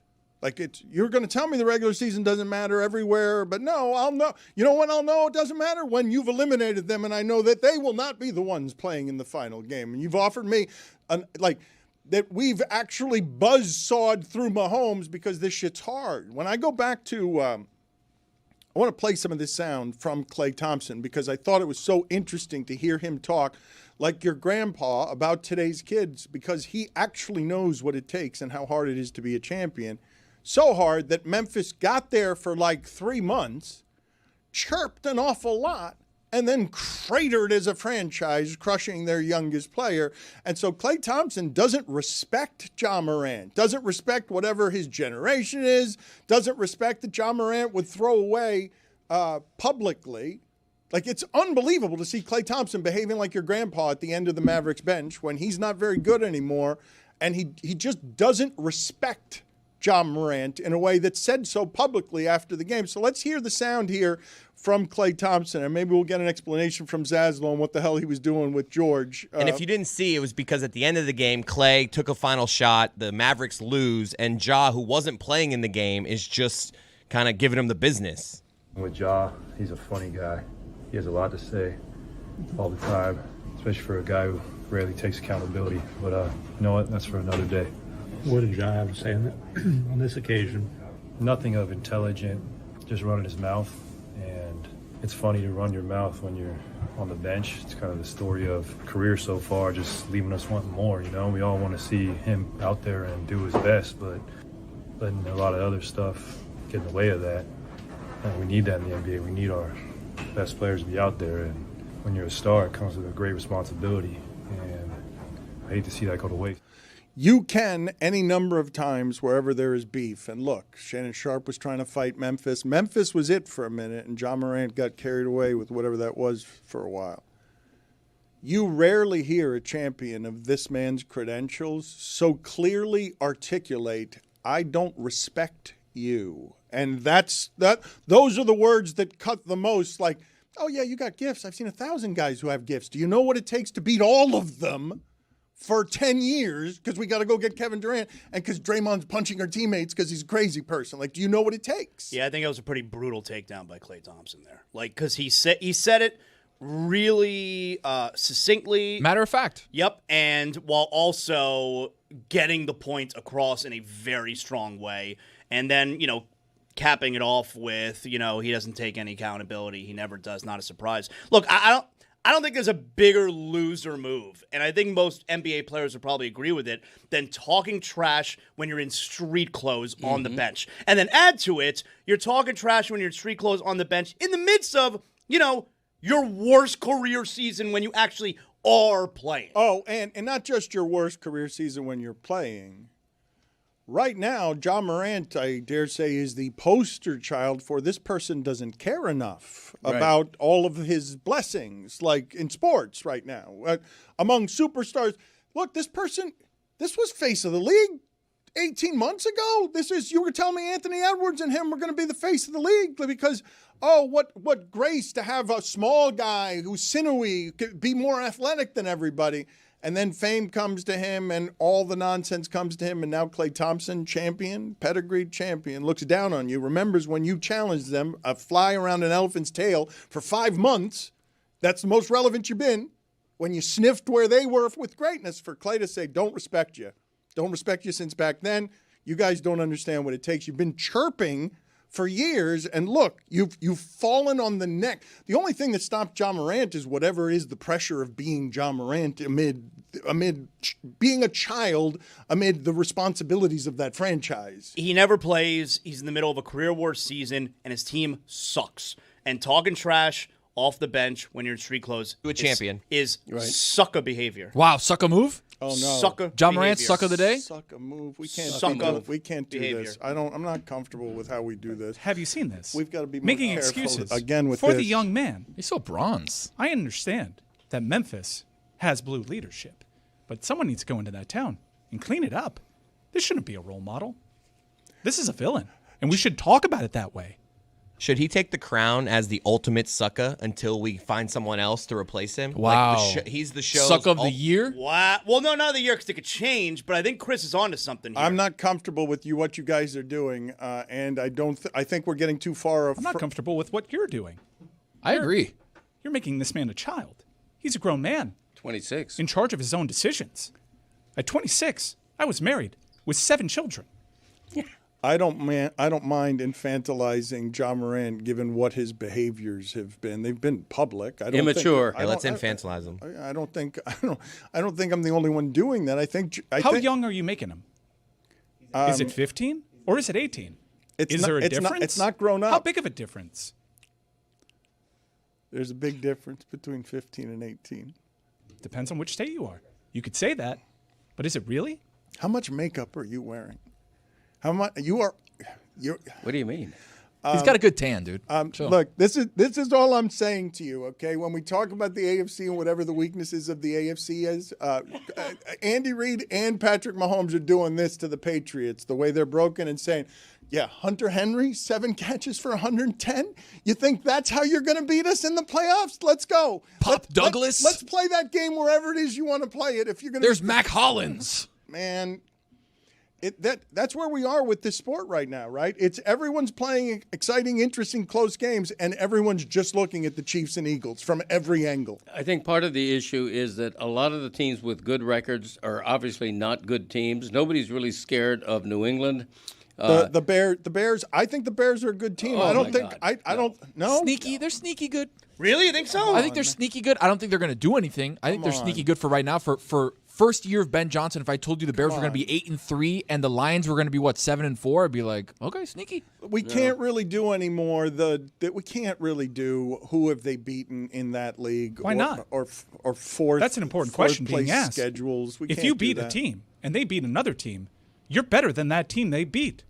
That's the trans issue we're talking about here. Transitive property. It matters, and it should matter, because what happens between the lines is important. The more you dilute it, the more you invoke acronyms, the more you invoke math, the further it is you get away from your traditional American values. This is wrong, and it should scare you and your family. The Chicago Bears. Hold on. Okay. Is there not? I thought there was another note after this should scare you and your family. No? And it's gay. Yeah, okay. You walked into that one, Dan. You knew that was coming. That's the one that I was waiting. Analytics want everything gay. Okay. I will say, not a lot of good wins on this Bears. Can I just say one thing about the Bears? The Bears are the biggest fraud in the NFL right now. Oh, no. Their defense is bottom third in the league. Their point differential is -3. They're the only great record team with a minus point differential. Not a good team. It's an embarrassment that Green Bay and Detroit is trailing the Chicago Bears. He's so close to saying it. It's right there in front of his nose. You know he wants to say it. Greg. It's woke. Greg. And Greg. You say not a good team. More than embarrassment. Greg, what do you mean not a good team? The Bears are 8-3. What's the point of playing 11 games? You got to beat the teams that you're playing in front of. I get it. Head to head, they are 8-3. I'll give them that. But they're still a bad team. The quarterback of the Bears paints his nails. You can't say not a good team. Do you know how much the Bears would be underdogs to the Kansas City Chiefs if they met next week? Okay, this is not. So this probably is close to double figures. So no way. You're crazy. Greg, 7.5. That's points. a 4.5 point spread. Maybe 3.5. This is a problem with numbers. Who would be favored? Greg. Look at all the good teams. Greg. Tampa Bay, not that good. Greg. Quality San loss, Francisco, not that good. We don't know about San Francisco yet. Philadelphia, not that good. Not that good. Greg. Denver, Philadelphia. pretty Oh, like good. 28 of like 34 games. Chargers, not that good. This is gonna Colts, not that all good. right, look. Jaguars, not that good. All right. Steelers, not that good. Bills, not that good. George, what are you encouraging over there? What are you telling us to Greg's roll right. with? I just wanted to see Greg keep going on which teams were good and which teams were bad. Thank you, George. Greg, I know you went over the Chicago Bears, but were you going to get to the Minnesota Twinks anytime soon? Well, nobody see thinks what I they're mean? good. I mean, come on. You can Slowly, understand how AJ I got McCarthy, confused with please. George earlier, right? George Harrison, one of the underrated Beatles. Do you want any of Jeremy's thoughts on the Heat? Do you I want would any- like his thoughts on the breakup of the Beatles, because George, you were at odds with Paul McCartney back then, weren't you? Yeah, I mean, it was a rough time, you know, some odd times with Lennon and McCartney and Starr, and then there was the whole thing with me and Clapton and his wife, you know, it's been an up and down life, but, you know, we figure it out. Are you seeing this? He's not George Harrison, but he's telling you he is. He's identifying as George Harrison, even though he wasn't born. That should scare you and your family. I'm not again with this. It's woke. Come on, And? man. How much George? wake up- George? how much makeup? Gay? That's right. This guy gets it. How much makeup are you wearing? What is happening right now? Why does he keep saying that? Why does he keep asking He keeps that? accusing me of Yeah, wearing he's makeup. making Look that at me. up. Look at me. Well, Not wearing any makeup. The side by side of Tony and Mike is. Tony, you are normally browner than Mike. He's making you look, if not albino-ish, like you are certainly not getting enough blood to your face. Like Mike is looking a good deal more tan Hispanic than you are. Are you seeing this? Browner? It's a glow when you've been exposed to the truth. Because what matters on a football field matters eternally. You're looking at polls. The pollsters are a problem too. They're fake polls. The coaches poll, there isn't a single coach that would be okay with the team they beat ranked ahead of them if they had the same record. Call it what it is. It's woke. It's a problem. It should scare you. It's going to be the end of you and your children. Chris, can we do funniest thing from the sports weekend, please? I need to lighten this up. I can't give him enough penalties. Minor penalty, 2 minutes, delay of show. I just need to get you out so that I can do the show and you can stop doing this. You're on a platform to nowhere. Are you seeing this? They're trying to muzzle me. Okay. I'm speaking truth. All right. He doesn't like it. So shut me up. Okay. That's wrong. All right. It's woke Okay. and gay. Yes, you mentioned that. So Jameis was delightful yesterday. That was funny and fun to watch. The open field stiff arm catching of a pass as Detroit's trying to hang on to the fringes of the playoffs. Like Detroit's trying to hold on. Like, look, we've got only so much of this man Campbell left. All right. Have you seen Gibbs? Have you seen what we look like on the road? And so they go in there and they're like biting kneecaps. And it's like Jameis is like, woo, double reverse. My hurt receiver going to be criticizing our play calling. Throw the ball back to me. Stiff arm open field. Jameis was this close to knocking the Lions, to ending the Lions window.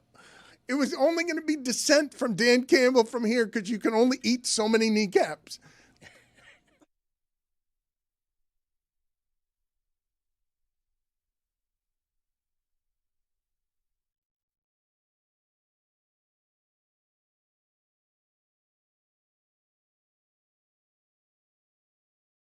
Me and with Greg Cody every Tuesday, okay? And so you have ditched journalism a long, long time ago because why? Survival of the fittest, Dan. You have to change with the times. You have to roll with the changing environment, roll with the changing industry, and that's what you decided to do. That's what Stephen A. decided to do. And for Woj, for guys like him, the game has changed slightly, where he went out and he sought reports, and he wanted to be the reporter. And you know what? If now he has morphed into a mouthpiece for the Blazers, I'm okay with it. I am good with it. I don't Survival care. of the fattest. Everyone, exactly. Everyone is selling out to make a buck. What a terrible timing. It by was you. great. Like that joke. Hey, just give it up. You all want to be journalists. You're not journalists anymore. None of you. Not a one of you. Sorry. You didn't even hear the joke. You said I did. Survival of the fattest. It was great. It just could have been done after Stugotz stopped talking, Dan. Right. Yeah. Yeah. Shoehorn that But I'm in. okay. I'm okay You're with splitting it. hairs. Right. Okay. You adapt, you roll with things, man. That's it. You know, Dan, you started off, you know, if you're a driver, you drove a yellow cab and you were loyal to the yellow cab. You know what? But the game has changed to Uber, to Lyft, to private driving. And you know what? You have to ditch the yellow cab and you have to drive an Uber. Why? Because you'll make more money. Why? Because more people are taking Uber than the dirty yellow cabs. That's why. That's what you do. No one cares about journalism. You know what they care about? Laughing, being entertained. And you do a great job of that. And Stephen A. Smith does a great job of that. No one cares about journalism. People care about smiling. That's it. You know, this morning I found myself while I was driving Claire to school. I told her, you know, you ask a lot of questions. You should be a journalist. And now here in this conversation, I just, you know what? Don't be a journalist. Like, exactly. Do something else. It's over. Sad. You're going to let Stugotz parent your daughter.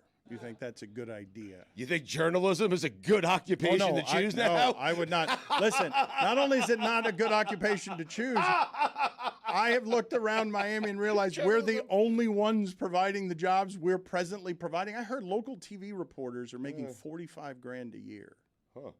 I couldn't believe that's how bad local television is struggling, that's the place that has arrived. And I told Chris Cody not to get into this business at all because it's terrible. But Stephen A. Smith is making more money than he's ever made in his entire life. He has more power.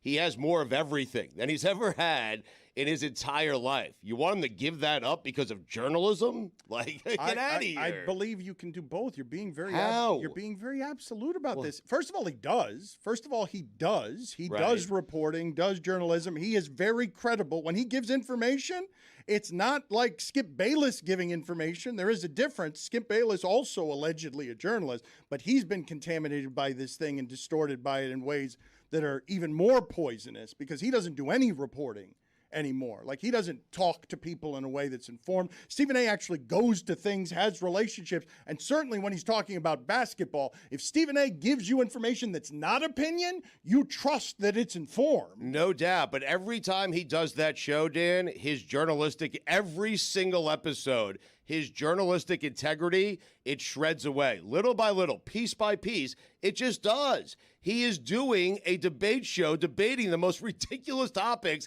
in the history of sports. Like, it has to affect your credibility. Stugotz, it has happened. And you sitting next to me does not help. I mean, or my dad or Cody, because I said Cody? to myself, generations of Codys, because I did say to myself, this is one of the things I find funny about Stephen A. and thinking that he and I do the same thing, because once I got to PTI and it was argument television, I said I'd like to try to do it differently, but I guess that sounds highfalutin. I don't want to do debate shows. The knuckleball is dead. The knuckleballer is dead now, correct? Completely dead. There's no one. Is there anyone throwing the knuckleball now? Someone has to be throwing it. I would say Tim Wakefield was pretty None of us bad. have one. We're just like, yeah. No, there has to There's be. got to be. Well, wait a minute. The knuckleballer didn't go extinct without anyone telling us. As did long it? as there's breath in my lungs, there's a knuckleballer out there. Put it on the poll, Guillermo, at Le Batard Show. As long as there is breath in your lungs, will there be a knuckleballer out there? There should be more because if you notice, I mean, I don't have any stats to back this, but I don't care. I'm going with it regardless. I would say that the position players that are pitching have a much better ERA than average pitchers do. Because they're all just going out there throwing the ball like 35 miles an hour, and the hitters are so confused that they just get under it, they pop up. Like, nary a run is scored off of a position player. Sometimes, but not always. I loved when baseball analysis was starting strong. I loved the people who would do the analytics on how a knuckleballer would screw up your hitters the next day. For the preparing for a knuckleball would screw you up the next day as well, because you're sitting out there hitting those 45-mile-an-hour butterflies. There's nothing that I hated more, like growing up watching the Marlins, than when Jamie Moyer was coming to play against them. And I don't even remember if he was a knuckleballer or if he could just only hit 75. It was just slop. He could It wasn't only a- hit he like was not a knuckleballer. 72. He was just old, and he threw croutons up Anytime there was a Tossed salad. knuckleballer or just an old man that could throw the ball really slow, I knew like this team can only hit fastballs, and this is going to be a long day and a long week because they're not going to be able to figure it out. And it's frustrating because you're just seeing these meatballs go over the plate. You're like, how can you not deal with this? This is so slow. Hit the baseball. And yet, Jamie Moyer had a 20-year.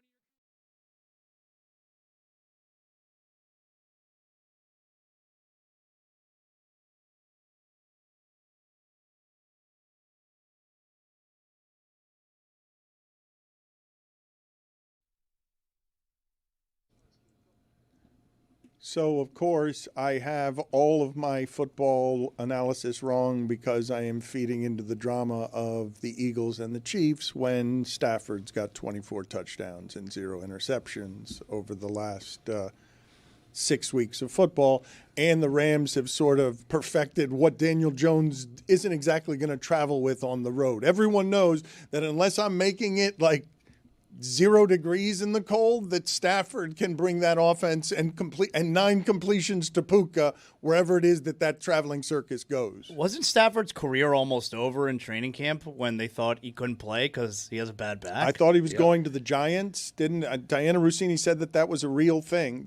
So we talk a lot about the drama and the teams that have been there. It ignores some things about that team, does it not? Given that they traded for Stafford over Goff because McVay was like, yeah, I'll go with this quarterback.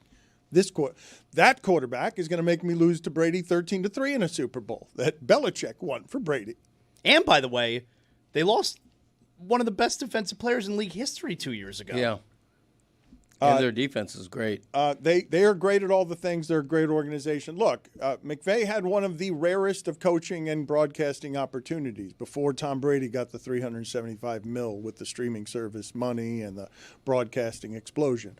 Sean McVay had the chance to be the voice for football the way John Madden was by just leaving football at the top of football because he could have had any broadcasting job at the very height of the food chain. I think he could still do that. Would have skipped every line, but chose to keep coaching because he prefers to do that. And he's gamed the system like when Stafford's your quarterback. Like they have figured out a perfection of motion and chemistry in their offense, whether it's Cooper Kupp. Like you don't need to have someone who's actually as good as Smith and Jigba, right? Like you only need to have either Cooper Kupp or Puka or Devontae Adams, or they'll do it with Higbee, or they'll do it to Baker Mayfield. They'll do it at the Eagles. They'll do it everywhere. Like Stafford will be the only thing that actually dethrones Brady through his runs, through his playoff runs. He goes through Breeze, Mahomes, and Rodgers in one postseason, but it was Stafford throwing deep to Cooper Kupp that knocked Brady out of another playoff, correct? Yep. Like that, Stafford has quietly had such an amazing back end of his career to become a Hall of Famer. I mean, think about the first part of his career. Like, I don't know if he was considered a loser, but he was considered as a guy who's never going to win. And I understand a lot of that is because it was Detroit, But man, like, and those Detroit teams with Calvin Johnson, how dysfunctional were they? That this is what we're getting out of Matthew Stafford now in the latter portion. But you know the answer to this question, which is this is one of the amazing things about Dan Campbell's ascendance there. The backstory, and I say this all the time with the Lions, 2 of their best players, they made them quit. Calvin Johnson and Barry Sanders ended their careers early, and Stafford was tired of giving his body out on that surface because he never misses games. Like, he's insanely tough somehow, still playing games, bad back or not. Like, that guy became the highest paid quarterback in the league in Detroit, and he was the only good thing about the team. He's the only reason anyone thought they'd win a playoff game. But he was viewed as a career loser because of it, because he merely got to the organization to a better place than it had ever been with Barry Sanders and with Calvin Johnson. Mm-hmm. Like, he's the best thing that ever happened to Detroit. Am I wrong? I mean, that's arguable, but what's him or Barry Sanders in terms of winning, playoff winning, relevance? Can we beat Romo? It was like the only other time we've seen Detroit be relevant is when Stafford made them so, correct? Right. I mean, I think Barry Sanders ultimately is going to be revered more than Stafford in Detroit. I mean, it depends how far you're going to go back. They did win NFL championships in the late We're not 50s. going back that far. Okay, with Bobby Lane, the quarterback. You want to give him the back in my day music? He can tell us all that he wants about the 1950s Detroit Lions let's if he not wants. erase history. That's all I'm saying. Have they ever won a Super Bowl? No. Oh, there it is. That's what matters. Have they won NFL championships? Yeah. They are a laughingstock American franchise. Used to be. For all time. You can't just erase history. That's not good either. You have to highlight it. Look. A lot of people were in a lot of bad situations. You can explain it. Context matters. Like being head-to-head on a football field. That used to matter. Not again with this. Not again with this. What are you laughing at, Looks Greg? like a raccoon. Greg, he is wearing a lot of makeup. Greg, yes. Can you? Mike accuses me of contrivance. What was your real feeling yesterday, ostracized to a corner of your home to watch Lionel Messi, shamed by your family into you will not be as important as the 4 o'clock games? I was honored to be watching Lionel Messi on that stage perform like he did. It's an honor to watch that guy play. It really is. I mean, and I don't probably think that way about any other athlete in any other sport. LeBron, I would say LeBron. You don't think it's an honor to get to watch LeBron play for 23 years? At his age, yeah, at his age. Steph Curry? Less than LeBron, but yes. Steph, that's 17 years, Right. amazingly enough. Like, you haven't enjoyed these last 3+ years of Messi more than the 4 years you watched LeBron, right? I would say it's comparable, though. Really? And I would say it's comparable. And the point is, in terms of American sports fans, there's still such a gulf there where we don't appreciate what we have. We meaning American sports fans. We don't appreciate what we have in Messi, whereas we do with somebody like Tom Brady or LeBron James, because they're big national news. Lionel Messi is at his best on a big stage yesterday, and everybody's watching Red Zone instead. How big a mistake, Mike, was the Apple TV thing when they are saying, and we've been talking about this for a while because it's been a bit appalling, the amount of greed that has to go into paying for all these things, which ultimately comes out of the pocket of the customer, making Inter Miami in Miami a really elite franchise, even though there are plenty of people who don't have money, who won't be gouged, who also love Lionel Messi, would like to be watching the games on Apple TV, but don't want to pay for Apple TV Plus, Extra Plus, and have to get soccer without their regular Apple. So one of the things Apple has done, which we know how much money Apple makes. They are one of the global corporate giants that run everything in the economy, and they can do whatever they want.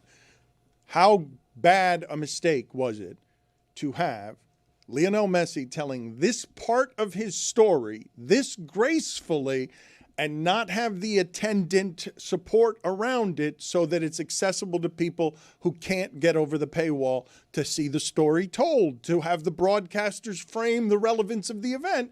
How much did they price out? How big a mistake was it to price out some audience by not allowing any of this to be televised? They don't even put out the numbers. They don't want you to see how bad this is. Can you imagine? Numbers so bad. Not releasing them? That should scare you and your family. This is all I'm going to get from you today. You're going to continue to be furious. You have to become undeniable. Because if you allow this to happen, you perpetuate a narrative.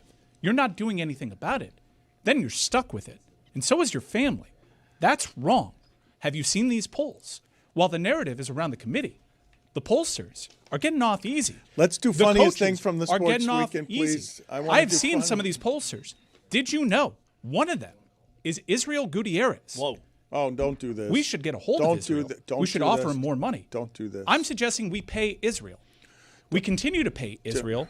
And when funniest thing from the he even sports ranks us weekend? ahead of Let's Notre Dame, let's like do he the should, funniest we should thing give from the more money sports to weekend. Israel. Funniest thing from the sports Dan, weekend, first, please. we've obtained a photo. We've obtained the photo that we've wanted all morning of the Barbie room.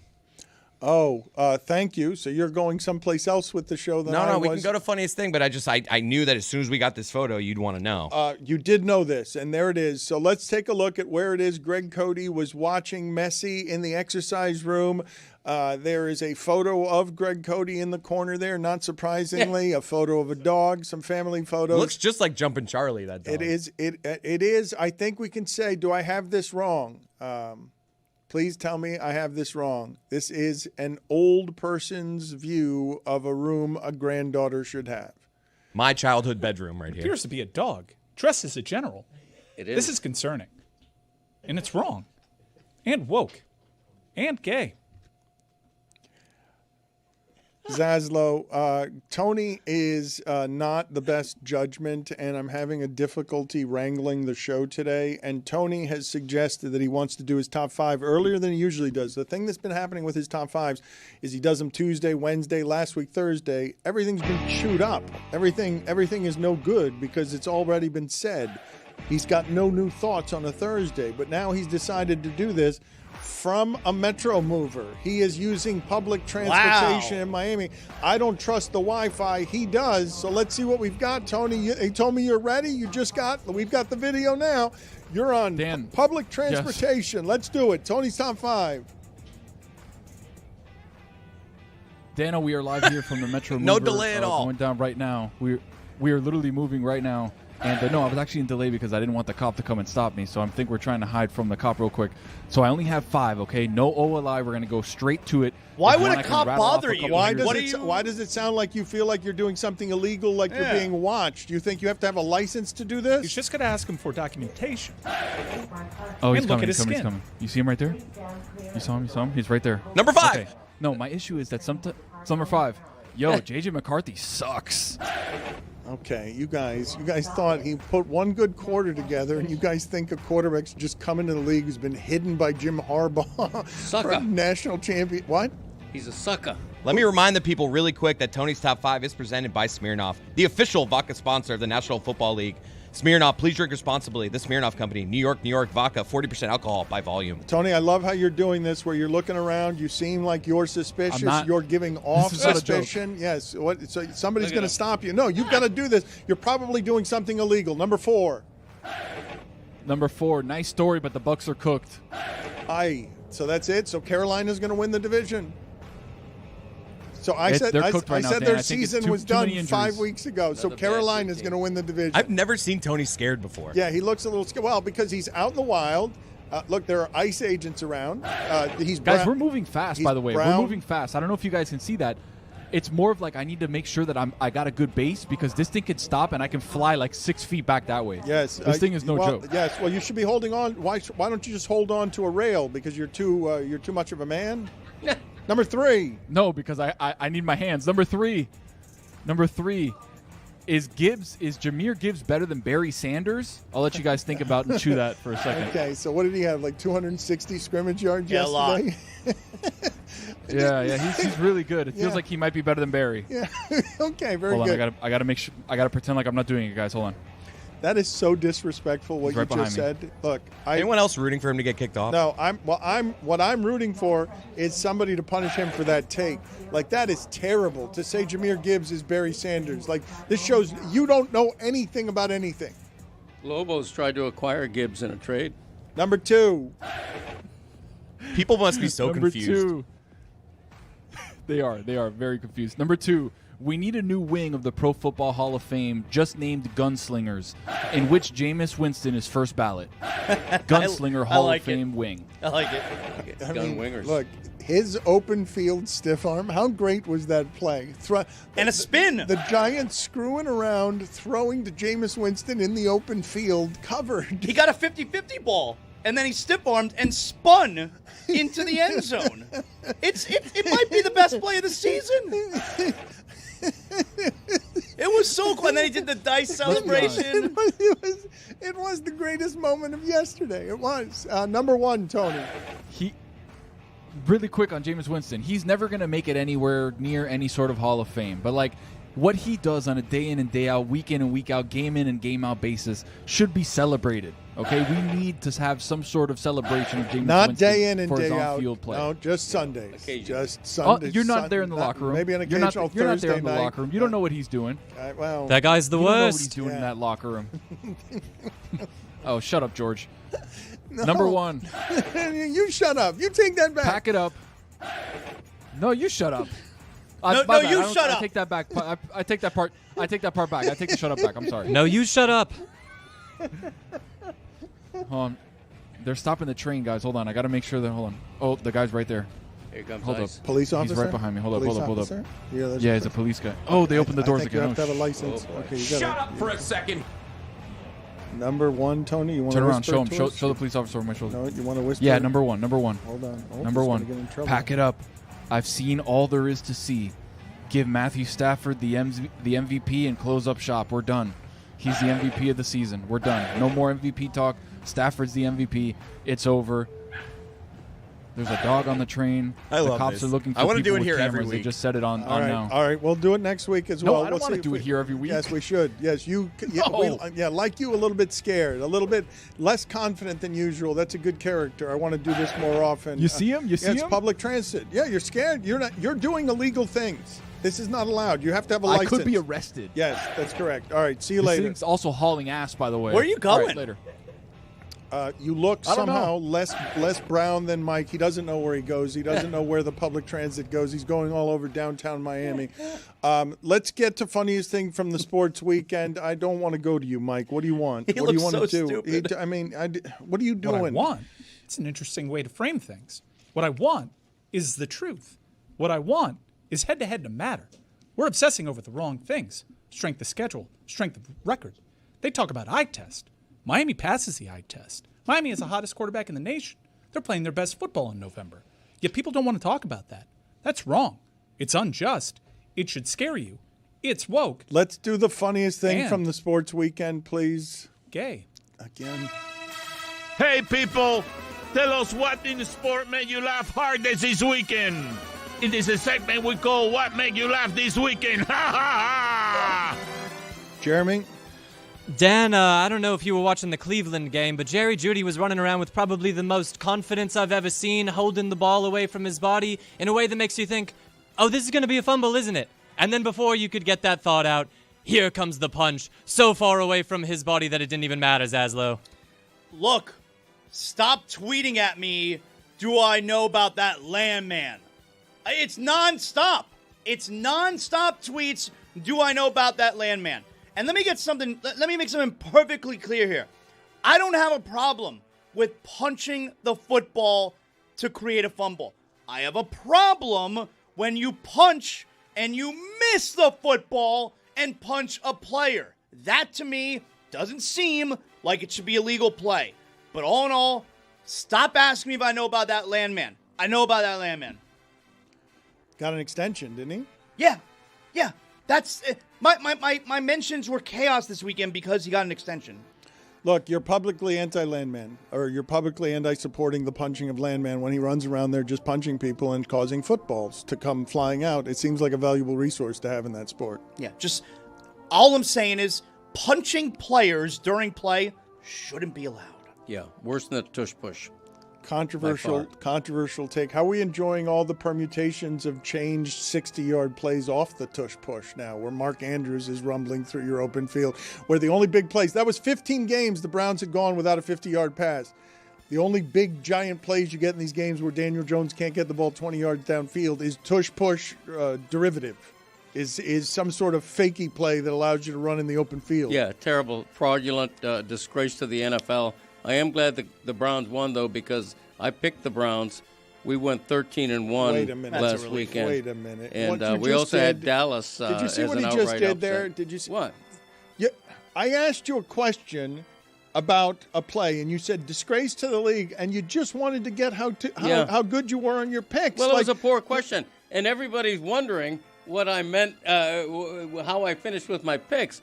Because after I lost the game Thursday night, although I did have Texans with the points, I went on a weekend-long heater, finished 13-1, the best record, best weekly record in PFPI so far this season. Greg, by the way, I asked you a question, a serious football question.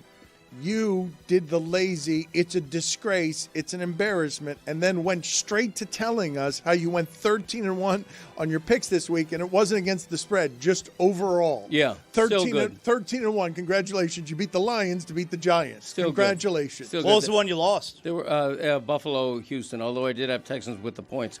But when you call something an embarrassment and a disgrace, that's such strong language But that you there's don't mean no it. alliteration. No, but you don't mean no it. elaboration needed. No, you didn't have any real feel.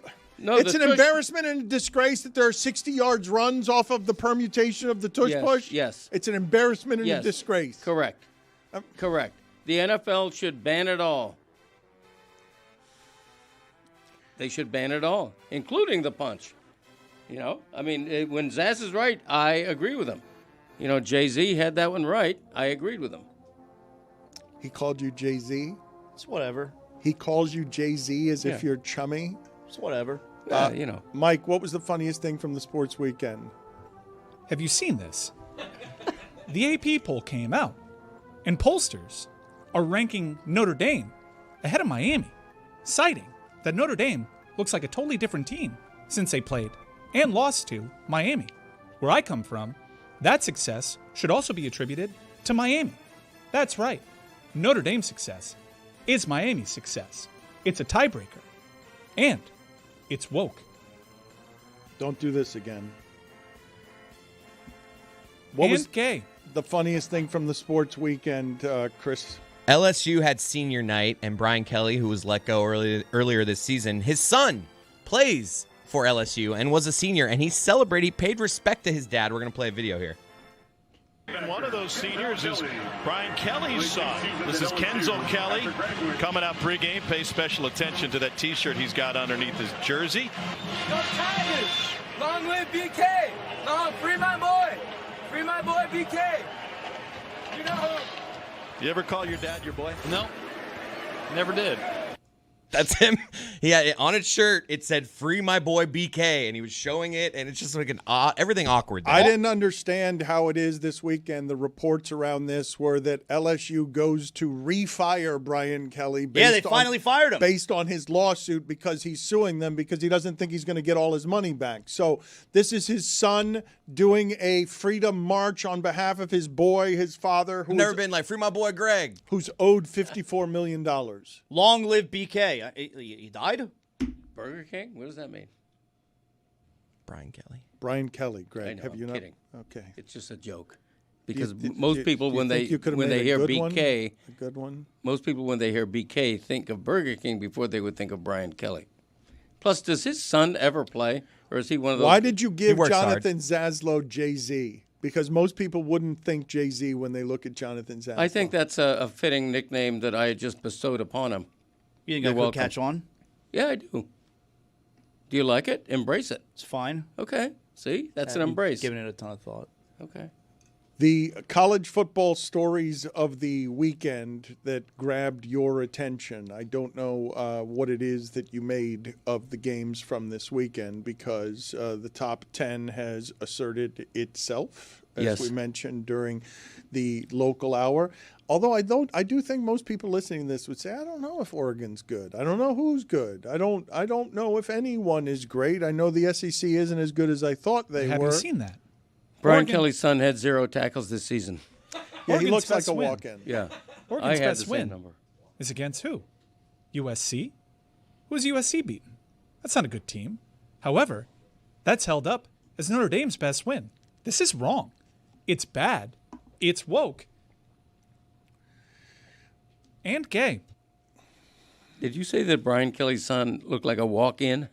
A walk-on is what I meant to I believe say. you said I walk-in, did- like I a did walk-in say- closet. I did say Okay. walk-in. I Yeah. did mean to say walk-on, but Okay. you got me. I was hoping to skip past that. Thank you. I don't skip past No, anything. no, nothing. you got me. Okay. Yes, you Thank got you. me cornered. Made him a I closet. did. I made him a closet instead of a walk-on. Yes, you I did. He's got 0 tackles. That's the biggest statement he's made in an LSU uniform is supporting his daddy for getting fired and wanting his buyout money, Can I ask you something? his inheritance. Can I ask you something? Why has Notre Dame looked so much better since playing Texas A&M? Please answer my question.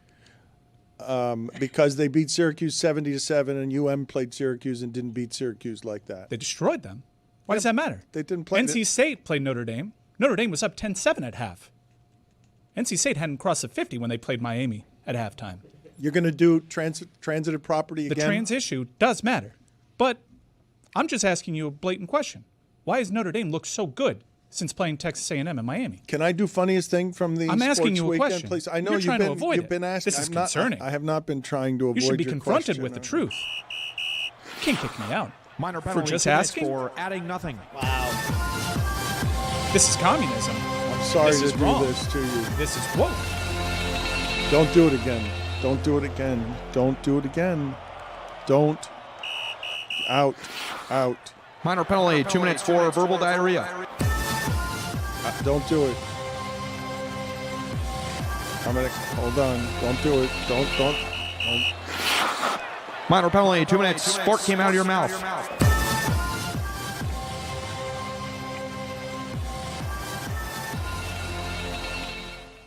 And gay. That guy barely looks like himself at this point.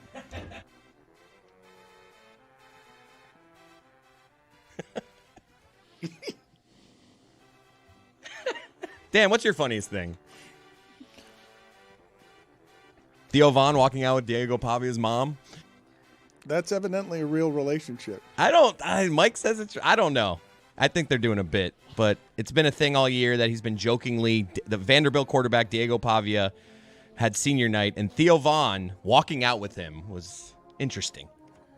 Many of you were nominating Barry Jackson being hacked the way that Zaslow was hacked. I don't know what that backstory is. You'll have to inform me. But my funniest thing from the sports weekend was in the middle of that Jags-Arizona game, as the Jags are doing jaggy things in order to end the game.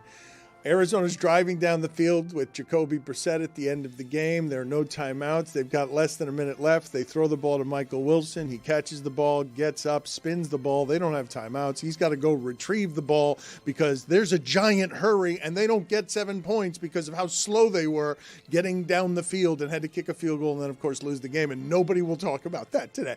Like, lost the game spinning the ball and then had to go retrieve it in the end zone and kicked it when he just needed to get back into play so that they could spike the ball.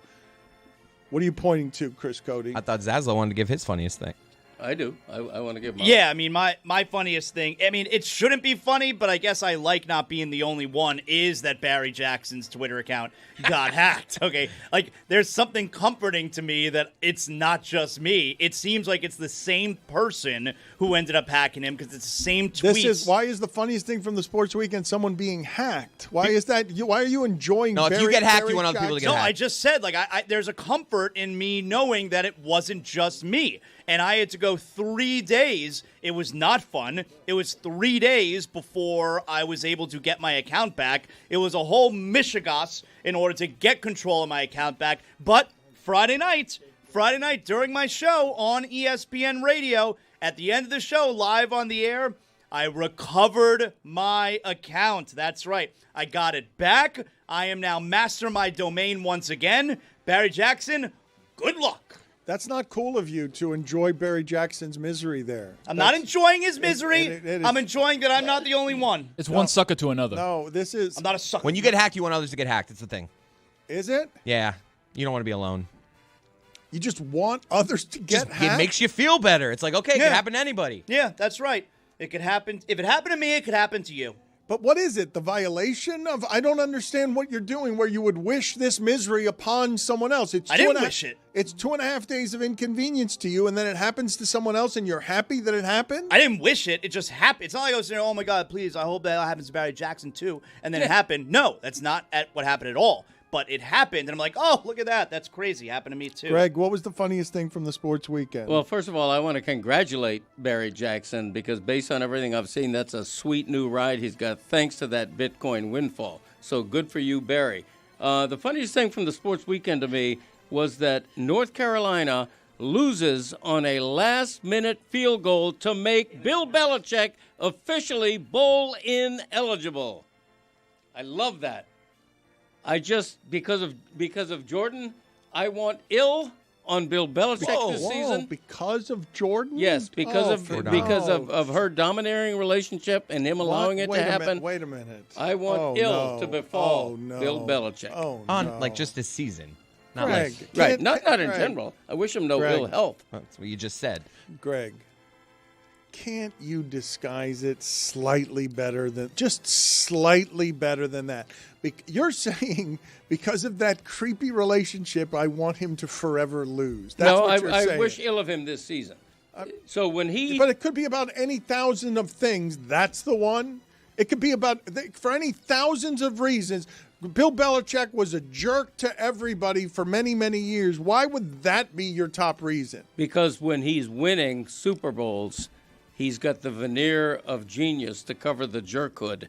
When he's losing at North Carolina and under his auspices, they're bowl ineligible for the first time in like 8 years. All right. That's funny. I'm going to have to muzzle you. You know what? She's trying to sue Pablo. She's threatening to sue What's Pablo. up with that? Under what grounds, by the way? I don't know. A defamation of some sort. She was showing her media credential because I guess Pablo reported that she was forbidden from coming on the field, and so she says she's going to sue him for I don't know, slander, libel. Good luck libel, proving that. Yeah. Okay, you guys say that as none of the people who have to pay the lawyers. Frivolous lawsuit. She doesn't have to pay the lawyers either. Yeah, but I do. I rule Oh, against her. I do. Yeah, because Pablo doesn't get in trouble on Pablo's Oh, behalf. Yeah. Pablo gotcha. gets on trouble of our behalf. That's right. Your behalf, not mine. No, Got nothing to do with me. We all own the company. It does have to do with us. I don't know why you guys separate yourself from the company. You have shares. Well, during bad stuff, yeah. You have shares. During in the good stuff, we company. all win. During bad stuff. So wait. So when you've got part equity in the program, I got part equity in good side, right? Like there's good side and bad side. You have equity in both. I've got equity on good side. That's it. So. Okay. Very good. Some of us have no equity. The voice is great. Jeremy's killing the voice, dude. I love it. You are doing a good job. You should bring that on the broadcast tonight for the Heat. Greg Cody suggested, and I didn't let him go to air with this because he's been a little bit unruly today. His judgment has been off. You suggested that they get an old Beatles photo. For what reason? Because I largely like to keep this as an audio experience, and I don't like to exclude the audio audience with an assortment of visual jokes, although Mike has been doing that plenty today. Can you explain what it is that what the photo is that you would like of the Beatles? I think that a lot of people don't think that's really George Harrison, and so I would like us to show a photograph of the 4 Beatles during their heyday that includes George. They don't think that's George Harrison? You don't think that they can tell that that's Jeremy? No, I think it's George Harrison, the ghost of. And so you believe that's a realistic recreation that Jeremy is doing of George Harrison. Look at that hair. Okay, That's so you fantastic. you want them at to the real just, picture now. You want them to just pull up photos, a variety of Beatles photos, to show how on brand and how well in disguise Jeremy is today? I would love to see a Beatles photograph from the heyday that included our George. Well, now you got it. No, I don't. You don't. You still don't have it. That's not the one you want. No. You want something better than I'm that. talking You want about something with. He the wants a Beatles. Photoshop. He wants to Photoshop Jeremy into a picture of the Beatles, right, Greg? With the 4 Beatles. You didn't say that. Well, put it back on the monitor there. The Fab Greg, 4, they call have you them, seen not the this? Fab 1. Are you looking at this? It's right in front of your face. Yes, right. It's telling you who it is. Well, that was George when he was younger. Now we have the older George. You can't ignore your eyes. The eye test matters. Like something that we saw on August 31st. That should matter. Can I ask you guys the question when I hear Nance and Romo and there's a flag thrown on the field and Nance says casually, the fans want, or a flag's not thrown, and Nance says casually, the fans want some laundry. And I absorbed it. I'm like, yes, that's what they say. And I'm like, why do they say that? Why would the flag be laundry? He said it casually, and I'm like, I don't think that expression is right. Why would that be laundry? But other people call it laundry. There's something dirty on the field. Is that why it's laundry? I think it's just a Seinfeld reference where Seinfeld does the bit that we're rooting for laundry out there. No, that's different. No, laundry is uniforms. The material. Seinfeld's bit is not the flag. It's that we're rooting for not players. We're rooting not for human beings. We're rooting for laundry, people who wear the colors that we like. Flag's not supposed to be laundry, is it? Yeah, I think it is. And here's the derivation of that. The metamorphosis of the penalty flag, okay? We used to say, it's a penalty on the play. And then it became, it's a flag on the play.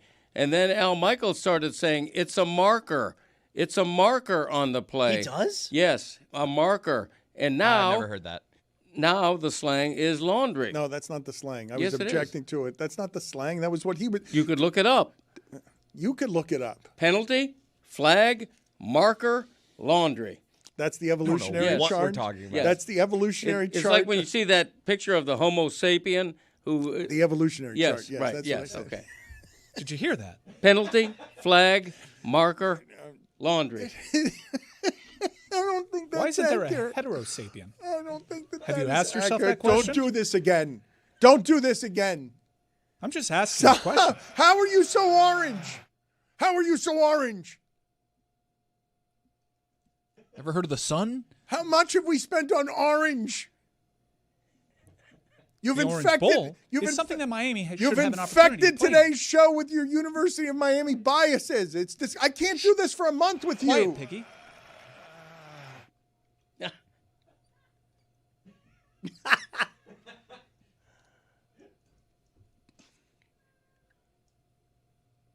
Piggy.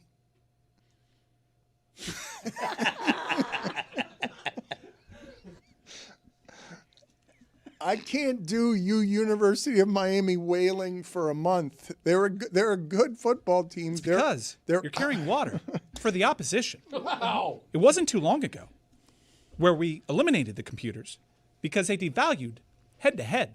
This matters. It's scary. It's real. It's coming to your home, and it will turn you gay. Wow. Greg, you like this photo? That's what I'm talking about. That's proof. That kind of thing, right? Yes, that kind of thing. It's irrefutable proof. Sergeant Pepper. So obviously. Lonely Hearts Club Band. Yes, George. Jeremy, I think this might be the best costume that we've done around here. How realistic this is and how fooled it has everybody into thinking you're a Beatle. You look exactly the way that a Beatle would.